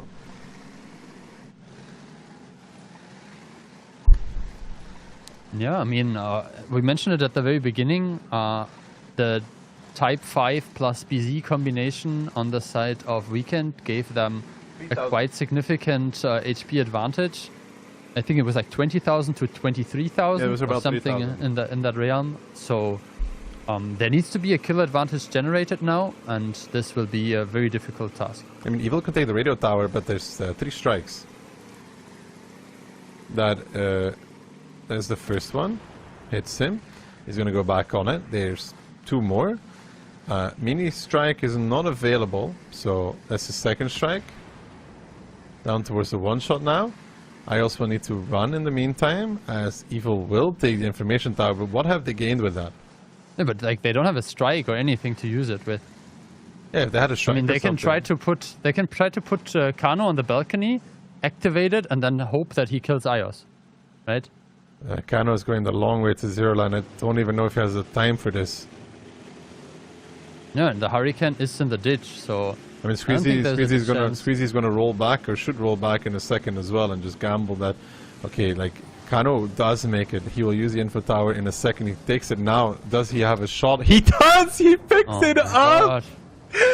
He kills Ios, and it's 2-1. There goes the prediction for That's First of Us. crazy. Why are they Yeah. not just hiding? I mean, I guess they're afraid of the balcony, but like, oh my god. I mean, that was a bit of a misplay now. I mean, you don't know 100%, but it's like very likely that the damage will come from that side. So maybe you can even shield just to avoid like this kind of kill pickup. But yeah, that was definitely a clutch moment by one of our clutch players, Kano.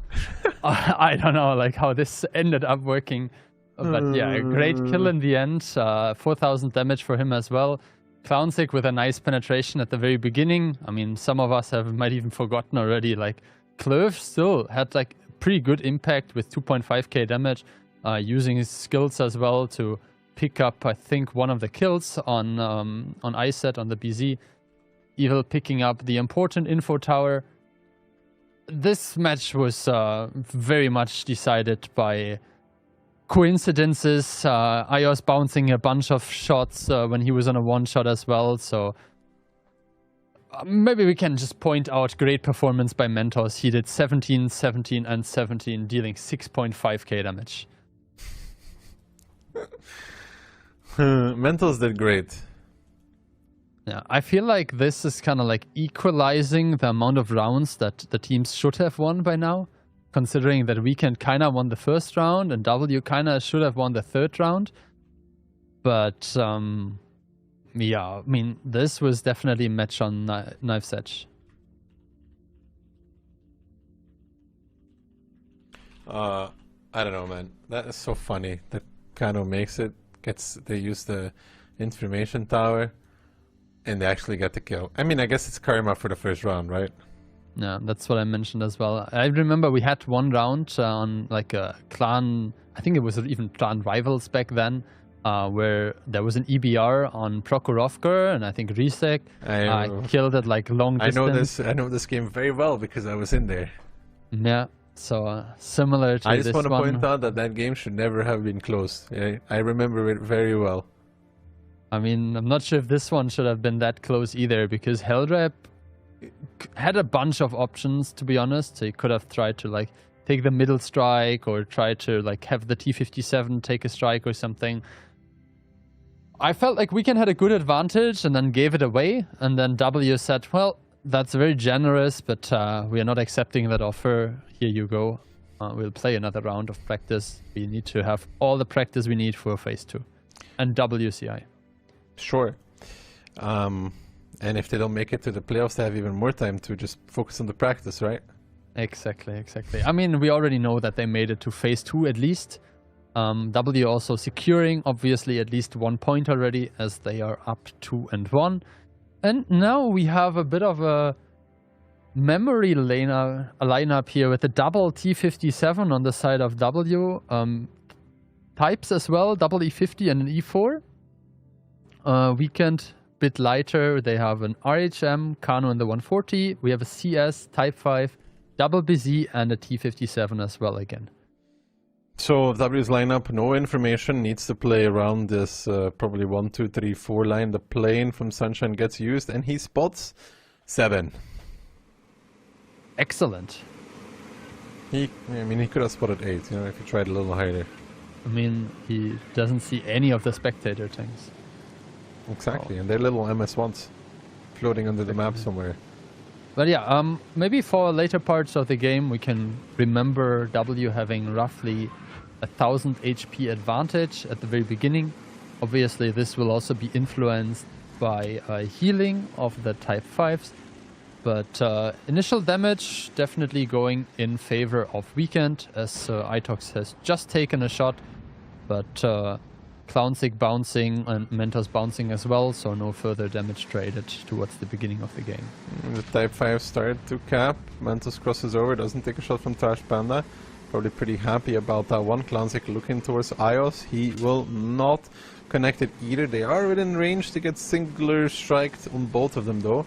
But now 1-2 line being pressured. The 57 pushing up. The 50M coming closer as well. They want to force the fight here. Sunshine will take the information tower.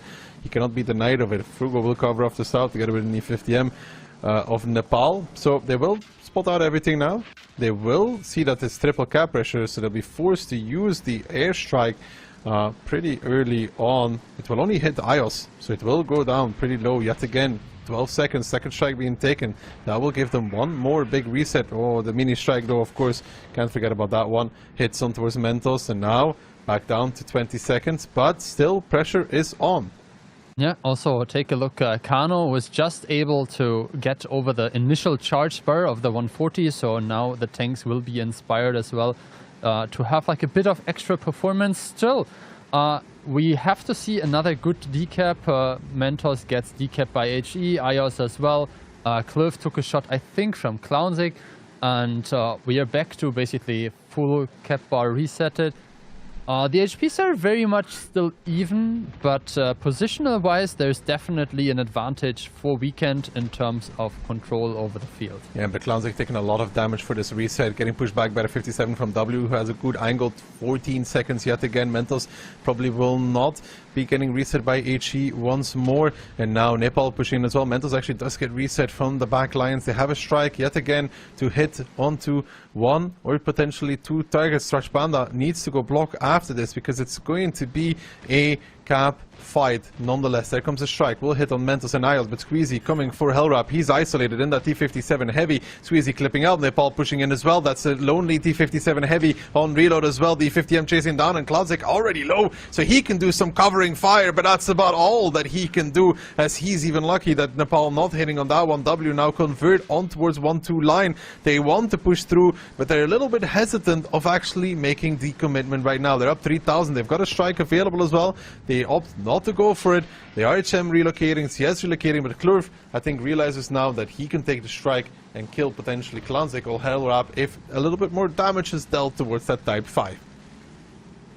Yeah, I mean, Clownsick is definitely in a position where he will stay spotted. The Type is so big that there's no way out for him, and now it's on Kano potentially to maybe find Frugo or get some damage into the back of Itox, because the HP advantage is increasing to 4k now.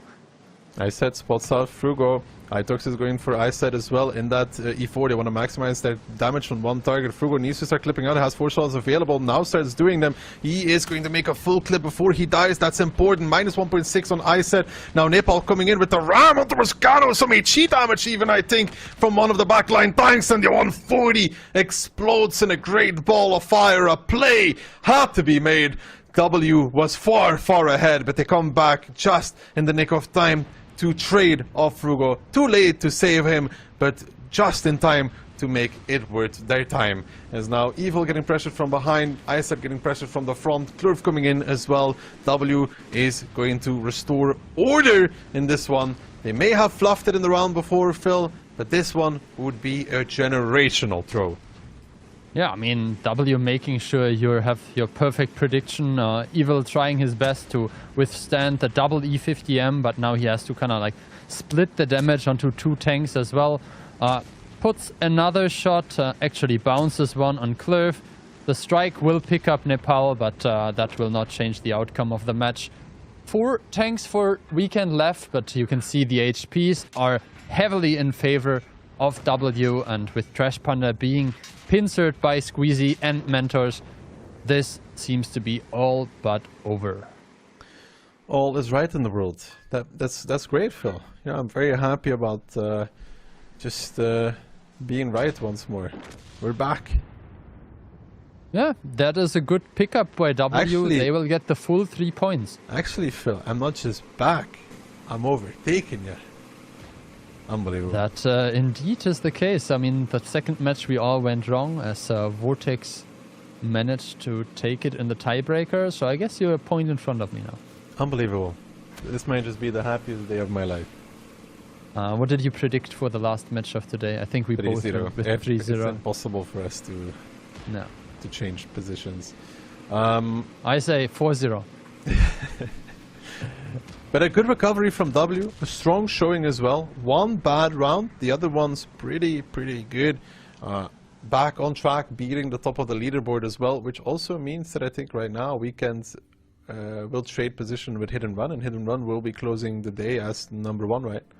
Yeah, and with Mafia still having a match to play, Mafia can get on 16, I believe, and Weekend is just on 14, so Mafia could actually take position 2, as Cashback also didn't get full points as they only got 1 against Hit and Run earlier. So, successful game from W. It was a really good cap pressure though. Yeah, and they managed to kind of keep their HP lead alive while taking strikes in their face. Managed to really distribute that well and had the healing of the Type 5 as well to kind of keep the tanks healthy. And then you mentioned it, Clownsick taking a lot of damage to guarantee those decaps, and then was kind of like squeezed in onto 500 or 470 HP or something like that. And yeah, I think the kind of like the straw that broke the camel's back was this big attack from Nepal onto Kano with a bunch of ramming damage and a good connection onto the 140. So Frugo putting out the whole clip and then the E50M retaliating onto the Inspire tank sealed the deal and then closed the round in favor of W. All in all, good strong showing from W is exactly what they needed to get back into the groove of things going into phase 2, right? Yeah, and with that they also kind of like closed the gap towards the top 4. W will be sitting on a solid 9 points now, with 13 being the top 4 lower edge. We have shown you 3 games so far. There is a 4th one coming, Mafia versus Carrillo. We'll be right back after short breaks with highlights of this match.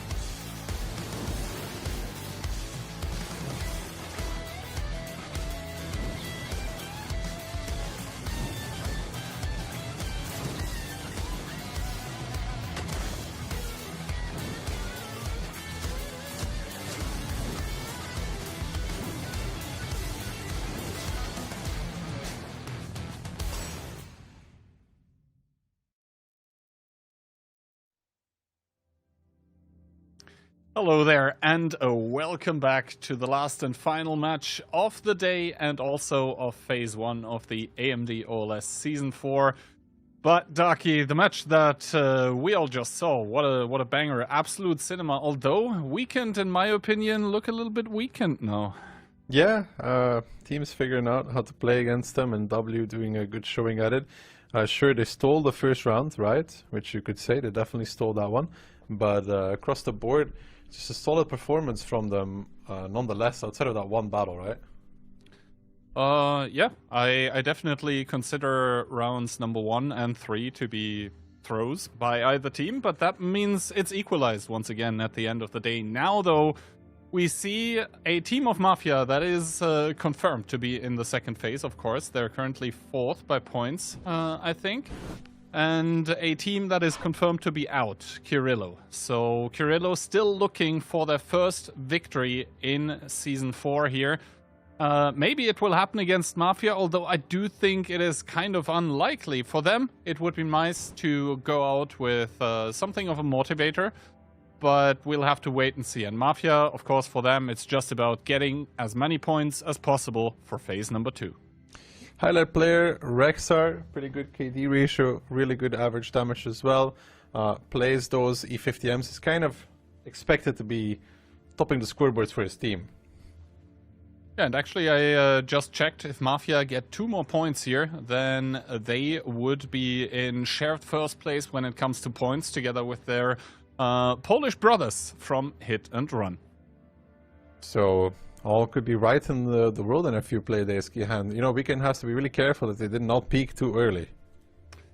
Exactly, and I mean, community prediction, I think it's fair. Mafia being the absolutely more experienced team on the block, having more titles under their belt, and Kirillo still looking for that first victory here in the Phase 1. This is their last and final chance to do it.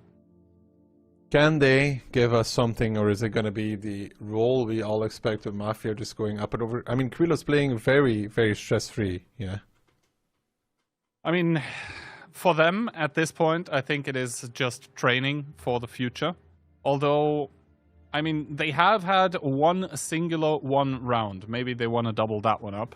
Let's see. Map pick and bans, though, coming in this best of 5. Cliff and Morovanka being removed, giving us Pilsen as the first round. We just saw 2 banger rounds on Pilsen being played. Let's see if this match can deliver. We are going to go in towards Sand River, and if it comes to it, that's a big if, by the way, tiebreaker would be Ghost Town. Well, a lot of potential here for either team to really run away with it, but it's mainly going to be the Mafia show. How quick will Pilsen be? We just saw 2 pretty slow Pilsen rounds, though. It can be played quicker. It definitely can be. I think it's down a little bit towards the style of gameplay that both teams that we just saw had. It felt like both Weekend and W were trying to play extremely reactive, on Ghost Town as well, with like very mobile, very squishy lineups where they like try to out-rotate each other. I'm not entirely sure if Kirillo is capable of that, so maybe they will go with a more blunt approach. Whereas for Mafia, we know that they like to play slow at times, they like to play control, but they're of course also a team that is sometimes known to switch it up and just have like very aggressive strats where the set pieces all fall into place, and it is just beautiful to watch when it gets executed. Prediction-wise, I mean, yeah, what can I say? It is looking like we all expect the same thing to happen. I was really considering putting 3-1 to be the odd one out, and then I was like, When you actually base it on the performance of the teams that we have seen, I think 3-0 is the expected result. But this means that there is only room and possibility for Kirillo to positively surprise us here. And if anything, I think some matches today have been surprises already. The fact that Vortex got the 3-2 over Yogurt is kind of an upset for me personally. But this one, of course, would be a much bigger one. I mean, if Kirillo ended up winning this, it would be crazy. They're going to start it off with double 50, double 50B, double Type 5 Heavy, a CS, an Object 140, and a Foch B. A little bit of switching going on still. A triple 50B is apparently what it's going to be. As Mafia also still switching, but a Type 5, a CS, W50M, a 140, an E4, and an RHM. So Mafia looking for that little bit longer gameplay with the light tank, whereas Kirillo, for them, if they find someone and they can clip out, it's going to be devastating, but they need to be careful not to be devastated in the process. Let's see where the triple 50B is heading, though, because that is going to be the big question. They're heading towards 1-2 line. 4 tanks spotted. 150B unspotted. Yeah, and that not only does it mean replane for YOLO here, it also means that Mafia immediately are going to reshuffle their forces. You can see Rexa and Profuse directly getting sent towards the southwestern part of the map, where they are going to be reinforcing Uzek. Also, the fact that Kirillo has no plane light available means that Profuse can basically just take K1 and sit there and fire from there. We saw Barbarian in earlier matches having beautiful success with the K91, but obviously the buffed 140 also now has the DPM to do it, as Uzek immediately goes behind the house because the 50Bs were respotted. This is an all-in strategy. All or nothing is what it's going to be. They're all spotted. Uzek might even be caught out a little bit in the open here, but Dopa taking the first shots. They have so much to cross, and even the HE into the side of the 50B. This is looking like a slaughter in the making. They're trying, they're driving, but they're getting stopped immediately. Yeah, there was a big HE shot, I think, from an E4 even, and now Loop committing over. Gets HE'd by Uzek as well. A non-connection coming out actually from one of the HE shells, but that 50B is going to clip out, and then he's going to die. Templeton is making his way to Profuse, and all the guns should focus out the Foch B. He did have a shot, he gave the shot as well, and Templeton, I don't think, is going to survive to do anything either. Profuse will live, the stronghold will hold, and the gates will not be breached by Kirillo trying to force their way through. Yeah, Uzek probably screaming, hold the door at this point in time, as Flash going down towards one shot as well is able to pick up Uzek. To be honest, it's not going to matter. Never mind, Rexa shuts him out of the game, and Kirillo running it right down back into the garage. I know what Kirillo was, I know what Uzek was saying, Kehan, and I don't dare to repeat it. I have some ideas, but a strong round for Mafia. Kirillo tries something. They get spotted early. They continue trying it, and 50Bs, yeah, maybe not that successful on Pilsen. No, I mean, you could see what the game plan is, but to be honest, if you get spotted immediately, like it happened from YOLO with the plane, then the jig is kind of up, and you could see that Mafia, they were just perfectly set up for that push that was essentially telegraphed from miles away. So yeah, for Mafia, good reactions, keeping 7 people alive as well. For Kirillo, I think it was GG as soon as the plane spotted the 50Bs. I'd be hoping that there was no planes available for Mafia, but in this case there was, and Mafia pick up a quite straightforward round. There's not much else to say about it. You know, they hit the shots, which was the most important aspect of it. They hit the shots, especially those HE connections in towards the sides of the 50Bs. They were juicy, and to be honest, if you're the Type 5 in that kind of scenario, it must be feeling hella good. Yeah, Uzek here, the wall, staying alive, not being toppled over. Even 1400 bounce, so good job. Because like at the end of the day, I think the 50Bs have the same APCR penetration as the Foch B, as it's kind of the same gun, and it's not super guaranteed to go through the Type 5 actually. No, it depends kind of what you're shooting at, and especially the angle as well for that. Yeah, strong showing from Mafia. Quick round on Pilsen. They're hoping to repeat it 2 more times. Yeah, let's see how it goes. I mean, for Kirillo, I think what they said to themselves is like, we are probably not able to beat Mafia in a drawn-out game, so we need to look for a decision right away and maybe surprise Mafia. And if the plane is not there, then it could potentially happen. Like, I can see what their game plan was. It's just that, you know, it got spotted out, and then you're having to cross open ground with, I don't know, 6, maybe even 7 guns aiming, and the 50B, yeah, it has more HP than Onslaught, but it just cannot sustain against this kind of firepower. Yeah, the 50B has more HP, which just means that there's more damage to be dealt for Mafia on towards these 50Bs as they're driving down 1-2 line.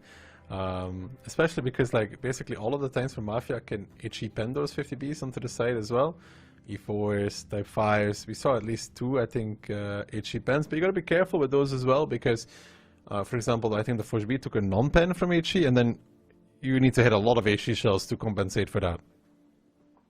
Well, that was the first round, and I mean, it was painful, but at least it was quick for Kirillo. Let's see what we are going to have in this round number 2, and if also the trend is going to continue, that Kirillo essentially says to themselves, like, hey, we cannot win on the long game. We have to look for the decision in the match very, very early on. We cannot let the Mafia players come in with their experience or something, because like experience over time is a factor that has to be considered, and it seems like Kirillo is afraid of that a lot. Well, let's see if they opt for a similar strategy or they're going to play a slower game though.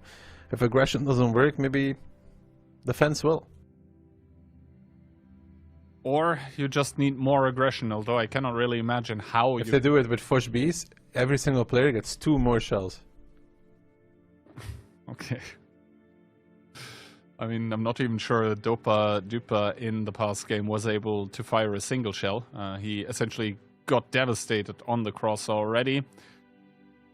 And, I mean, Flash still hovering that 50B together with Nevermind. Okay, he switches away as well. That looks like a normal lineup coming out from Kirillo. Double BZ75, a singular Type 5, a 140, a Fosh B, and double E4. Mafia in return. RHM, triple E4, Object 140, Type, and a BZ. They're not really changing it up, but Kirillo is. Yeah, Kirillo, I think they wanted to come in with a gimmick strategy, and I mean, if it works, kudos to them, but of course it immediately fell apart. Though, again, Mafia are opting for the RHM, which means, oh, what a beauty.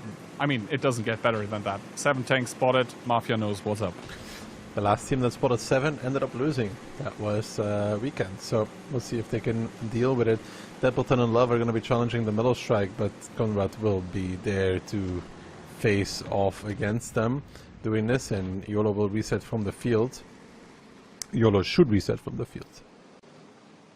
Let's see if Conrad tries to negate the strike from Templeton. Oh, as you said, the reset comes in through the field. That means Conrad is now the one actually taking the strike, as Love tries to boost to safety, but instead he boosts into a lot of guns, taking 1500. Conrad still full HP. Are they able to reset him? I think they were, but at what cost is the question. Templeton and Love both really down in HP, but finally the shots start connecting Conrad to less than 1k. There's some really good damage from the side of Kirillo though on towards Conrad. The strike, will it hit 2? No, it only hits 1 on Templeton. Mafia has built an HP leads throughout this battle though. They traded off Conrad pretty well, but Yusek's about to be pressured by an Object 140 and a Forge B. That could be pretty painful for him, just like Loop was pretty painful for him too. And Flash and Dopa Dipa are going to make work of this Type 5 normally. Yeah, Flash is going to be able to play hold down, completely DPMing into it. Dopa Dipa has spent all of his shells. This means that now it's up to Flash to basically take Yuzek out of the game. Still the wall trying to hold, but Dopa Dipa shuts it down with the artillery strike. The first 2 kills go Kirillo's way, and they also have more HP. Templeton on just 8 HP, and now Rexar getting owned from behind as well, tries to back off further, but he cannot run anymore. Another kill going the way of Kirillo. Profuse now trying to pull back as well inside of the factory. He's facing off against Beast together with Kono and YOLO. They need to kill that Type 5 heavy. They will find him as well. Profuse puts the nail in his coffin, and they're up HP still, but still down in guns. But Orchek wants to make a difference. Profuse is ammo rack though. We've got to keep that into account, and of course there is still the light tank available. Flash now starting to chip away at that E4, who's still ammo racked. 6 seconds left for Profuse. He may not even get another shot out if he's unlucky enough. He will reload now, come off of reload and give or deliver one more shot towards Flash, who ends up missing. So Orchek might be able to cover against this 140 with a little bit of luck. He might even find the kill. Orchek looking, Orchek looks, he shoots, he scores! Flash down and out, and now for Kirillo the trouble is beginning. Yeah, it is a 4 versus 4, but Mafia has the HP advantage by like 1.3k as Milo takes another shot here, but the damage reduction coming in and keeping us safe. Never mind, Orchek is able to kill the E4, take that tank out of the game. Gun advantage, HP advantage for Mafia as well. Profuse is the point of contention, literally 10 HP. I mean, Love gets spotted out. There's still a strike available on YOLO. They should use it on him. They will use it on him as well. So another target down. Now switching on towards Lub and Dopadipa as last two. And Mafia, it looked tough there for a while, Kian. It looked really tough for some while, but Mafia were able to keep those low HPs in the game at the end of the day, whereas Kirillo had to overextend with some of their low HP tanks. And now we'll see Loop with a good shot in towards Kono, but of course the 140 DPM is gonna kick like a mule. Probably 3 more shots required on towards the E4 though, with the damage reduction coming in pretty clutch, but never mind. Orzhek, a good shot in towards the lower plate, and that means only the singular Foch B left alive here. He has a full magazine of shells. Will he be able to use it all? That's the question. Orzhek immediately with the face hug and the heal not able to keep him alive. Mafia make it 2-0. A potent round for Kirillo, but then falling apart in the endgame. When it matters the most, they generate those kills, but then they're unable to convert that into an actual round win. Yeah, and I think that is kind of what they were afraid of going into the match, is that the experience and communication between the Mafia team was just going to be so superior that even if they get an early game advantage, they're not able to convert it into round wins. So a deserved second round here for Mafia that, you know, just together are able to step up and get another one over Kirillo that are now facing match point already. It's indeed looking good for Mafia to do exactly what is expected of them. Good damage there across the board from the remaining guys. The RHM also contributing a lot, 30k. Good stuff there. What you want to see as well. Yeah, the Type 5 position, you can see like it's a wall, but depending on what pushes on that wall, it ends up falling quickly. Well, at the end of the day, I think really good shooting coming out from Mafia. That it was, I think, the kind of clutch on the way to victory. For, I think, Flash, that one bounced or missed shot on the opposing E4 where he needed to basically expose himself for much longer than initially planned. That ended up costing him his life as well. It would be a gun gone on the enemy team and a gun alive on your team. Those differences do stack up. But that was Mafia's map pick of Pils, and Kirillo have elected to play Sand River. What can they do? Can they pick up a round? I mean, since we all predicted the same, it does not matter to us, Ki. I think Mafia are going to run away with it, to be quite honest, Ducky. Because Kirillo tried 2 different approaches, and both of them didn't work. What's there left to try, like really? And also Sand River, I think, is a map where it's fairly hard to really surprise experienced teams, because essentially you have 2 options, right? You can try a cap rush or you can try to play the long game, and the experienced teams usually are trying to be okay against both if they are not going with the immediate cap rush themselves, which I don't think Mafia is going to do here. They are just going to sit back and chill, see what Kirillo does, and then try to dissect them, just like what we just saw in the second round. It's let's see who's playing what side, do you know from the top of your head? No. But, I mean, as it was Kirillo selecting the map, then I would expect that Mafia probably picked West, but that remains to be seen. I'm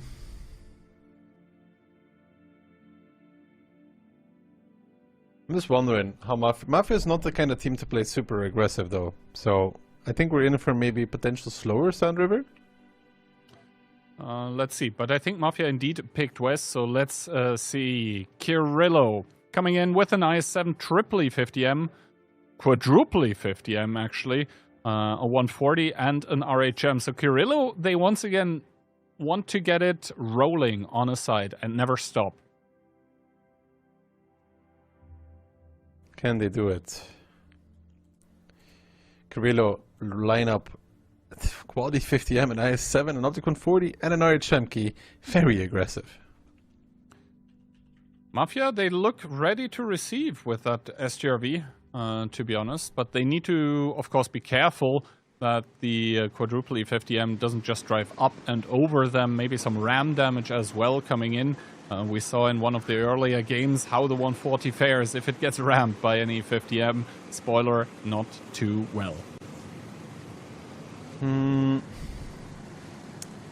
In the beginning of the game, this middle push, we've seen it time and time again, over and over. Beast is getting pressured, so for Mafia there might actually be something, but here comes Kirillo immediately with their team pushing in. The E50M's coming from the top unspotted, and Yolo and Rexor realize what kind of trouble they're in the BZ75s, but Milo crossing over takes 1.6 on the crossing. Beast in a 1v1 against Conrad, a low HP IS-7 facing off against an E50M. I know how that one's gonna work out, and this repush, maybe it came slightly too early, Kihan, before they've really committed far enough to make the push happen, because now they're struggling to go through it. Beast is dead, Milo's not doing much better, and Luff will get up on the sides of these tanks, but Kirillo, there's nothing left. There is nobody on healthy amounts of HP except for that one E50M that drove down the middle. Milo, Loop and Flash, they're all about to die, and the repush gets repushed once more as Kirillo, in their dying moments of the Onslaught Legends Series Season 4, is going to go out losing 3-0 against Mafia. Nothing to be won today for Kirillo here. They completely get wiped off the face of the map. Once again, Dopa Dupa, the last tank standing, but not for long. Orzhek with a good blind shot picks it up, and Mafia clean sweep, also losing no tanks once again in this round here. I guess all you could take away from this is Mafia did their homework. Mafia did what they needed. This round, again, I feel like if they wait slightly longer, it actually could have worked out. Yeah, like let's say 5 to 10 more seconds, and then the E50Ms actually get the jump on those BZs. They're able to surround them completely with focus fire, take them out of the round. I think it might have potential, but coulda, woulda, shoulda. Mafia with great reactions, once again, keeping everyone alive, keeping everyone in the fight as well. I think it was also crucial for Mafia that they were able to burst down the IS-7 at the top, that the E50M quickly is able to clean it up, and then he can just play from the crown. And yeah, there is nothing left to do for Kirillo at this point. It's actually going to be Orzhek with the perfect shooting, 11-11-11. Coming into this top damage, but overall I think it was just Mafia once again as a team stepping up with the better reactions. Not much more to say. No, I mean, they realized the push was coming and then they were holding it, and that's the thing for the side of Kirillo, that they mistimed it, and now the SRV actually had farm, the BZs were pretty safe, and then they had to make a bad push. Beast is dying in the meantime, but that gives us these rankings though, these standings. Hit and Run and Mafia take over Weekend, they jump over, Catchback puts himself equal as Weekend, and this is the end of phase 1. Vortex Kirillo eliminated Yogurt W on 9, trailing by 5 on the position number 4, but the top 4 teams currently very close to each other, and even W and Yogurt not out of it. Phase 2, Kihan, more points are on the line. No, and I think it's important as well to keep in mind the trends that the teams are on. For example, for Yogurt, they started off well, but now towards the end of phase 1, kind of falling off a little bit. For Weekend, the same story, but even more so. I mean, Weekend starting off perfectly, but the last 2 playdays are where they weren't able to confirm their good form from the start. So now it is the old guard on the block here, hitting Mafia on places 1 and 2. Cashback, I think, are okay with their performance, but we have to talk about W and their performance in phase 1. That was not what we were expecting so far from the reigning champions. And also Vortex and Kirillo. I mean, Vortex, we saw an upwards trend in their performance, and a little bit sad to see them go.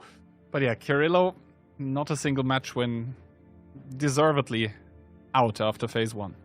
Yeah, it's deserved. They could have, like, there's a world in which they were in, but let's be real, the return to form came too late. Again, guys, this was 14th of October, the last playday of phase 1. We're going to be taking a little break. When we come back, will be on the 28th of October. Exactly. And as usual, at the end of the stream here, the reminder that we are going to raid Darky. So all of you who haven't been able to do so yet, you'll be able to finish your drops over on his channel. And with all of this being said, I think a last reminder about the OLS bundles that you can still buy.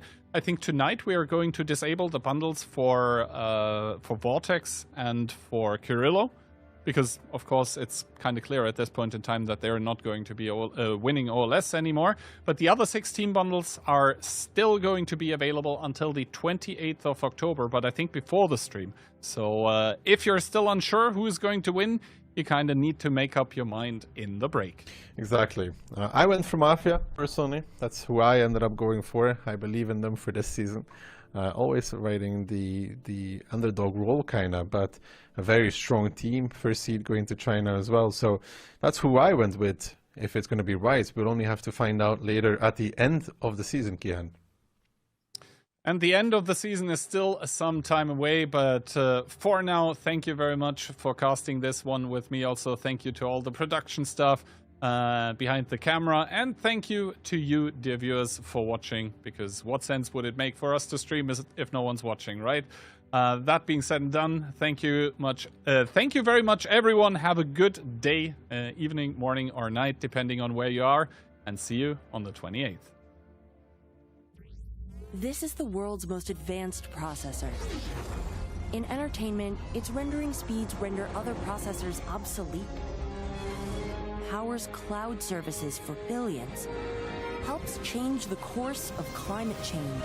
And uses AI to accelerate disease detection and cures. We make the world's most advanced processors, but only with your vision can we advance the world. AMD. Together, we advance.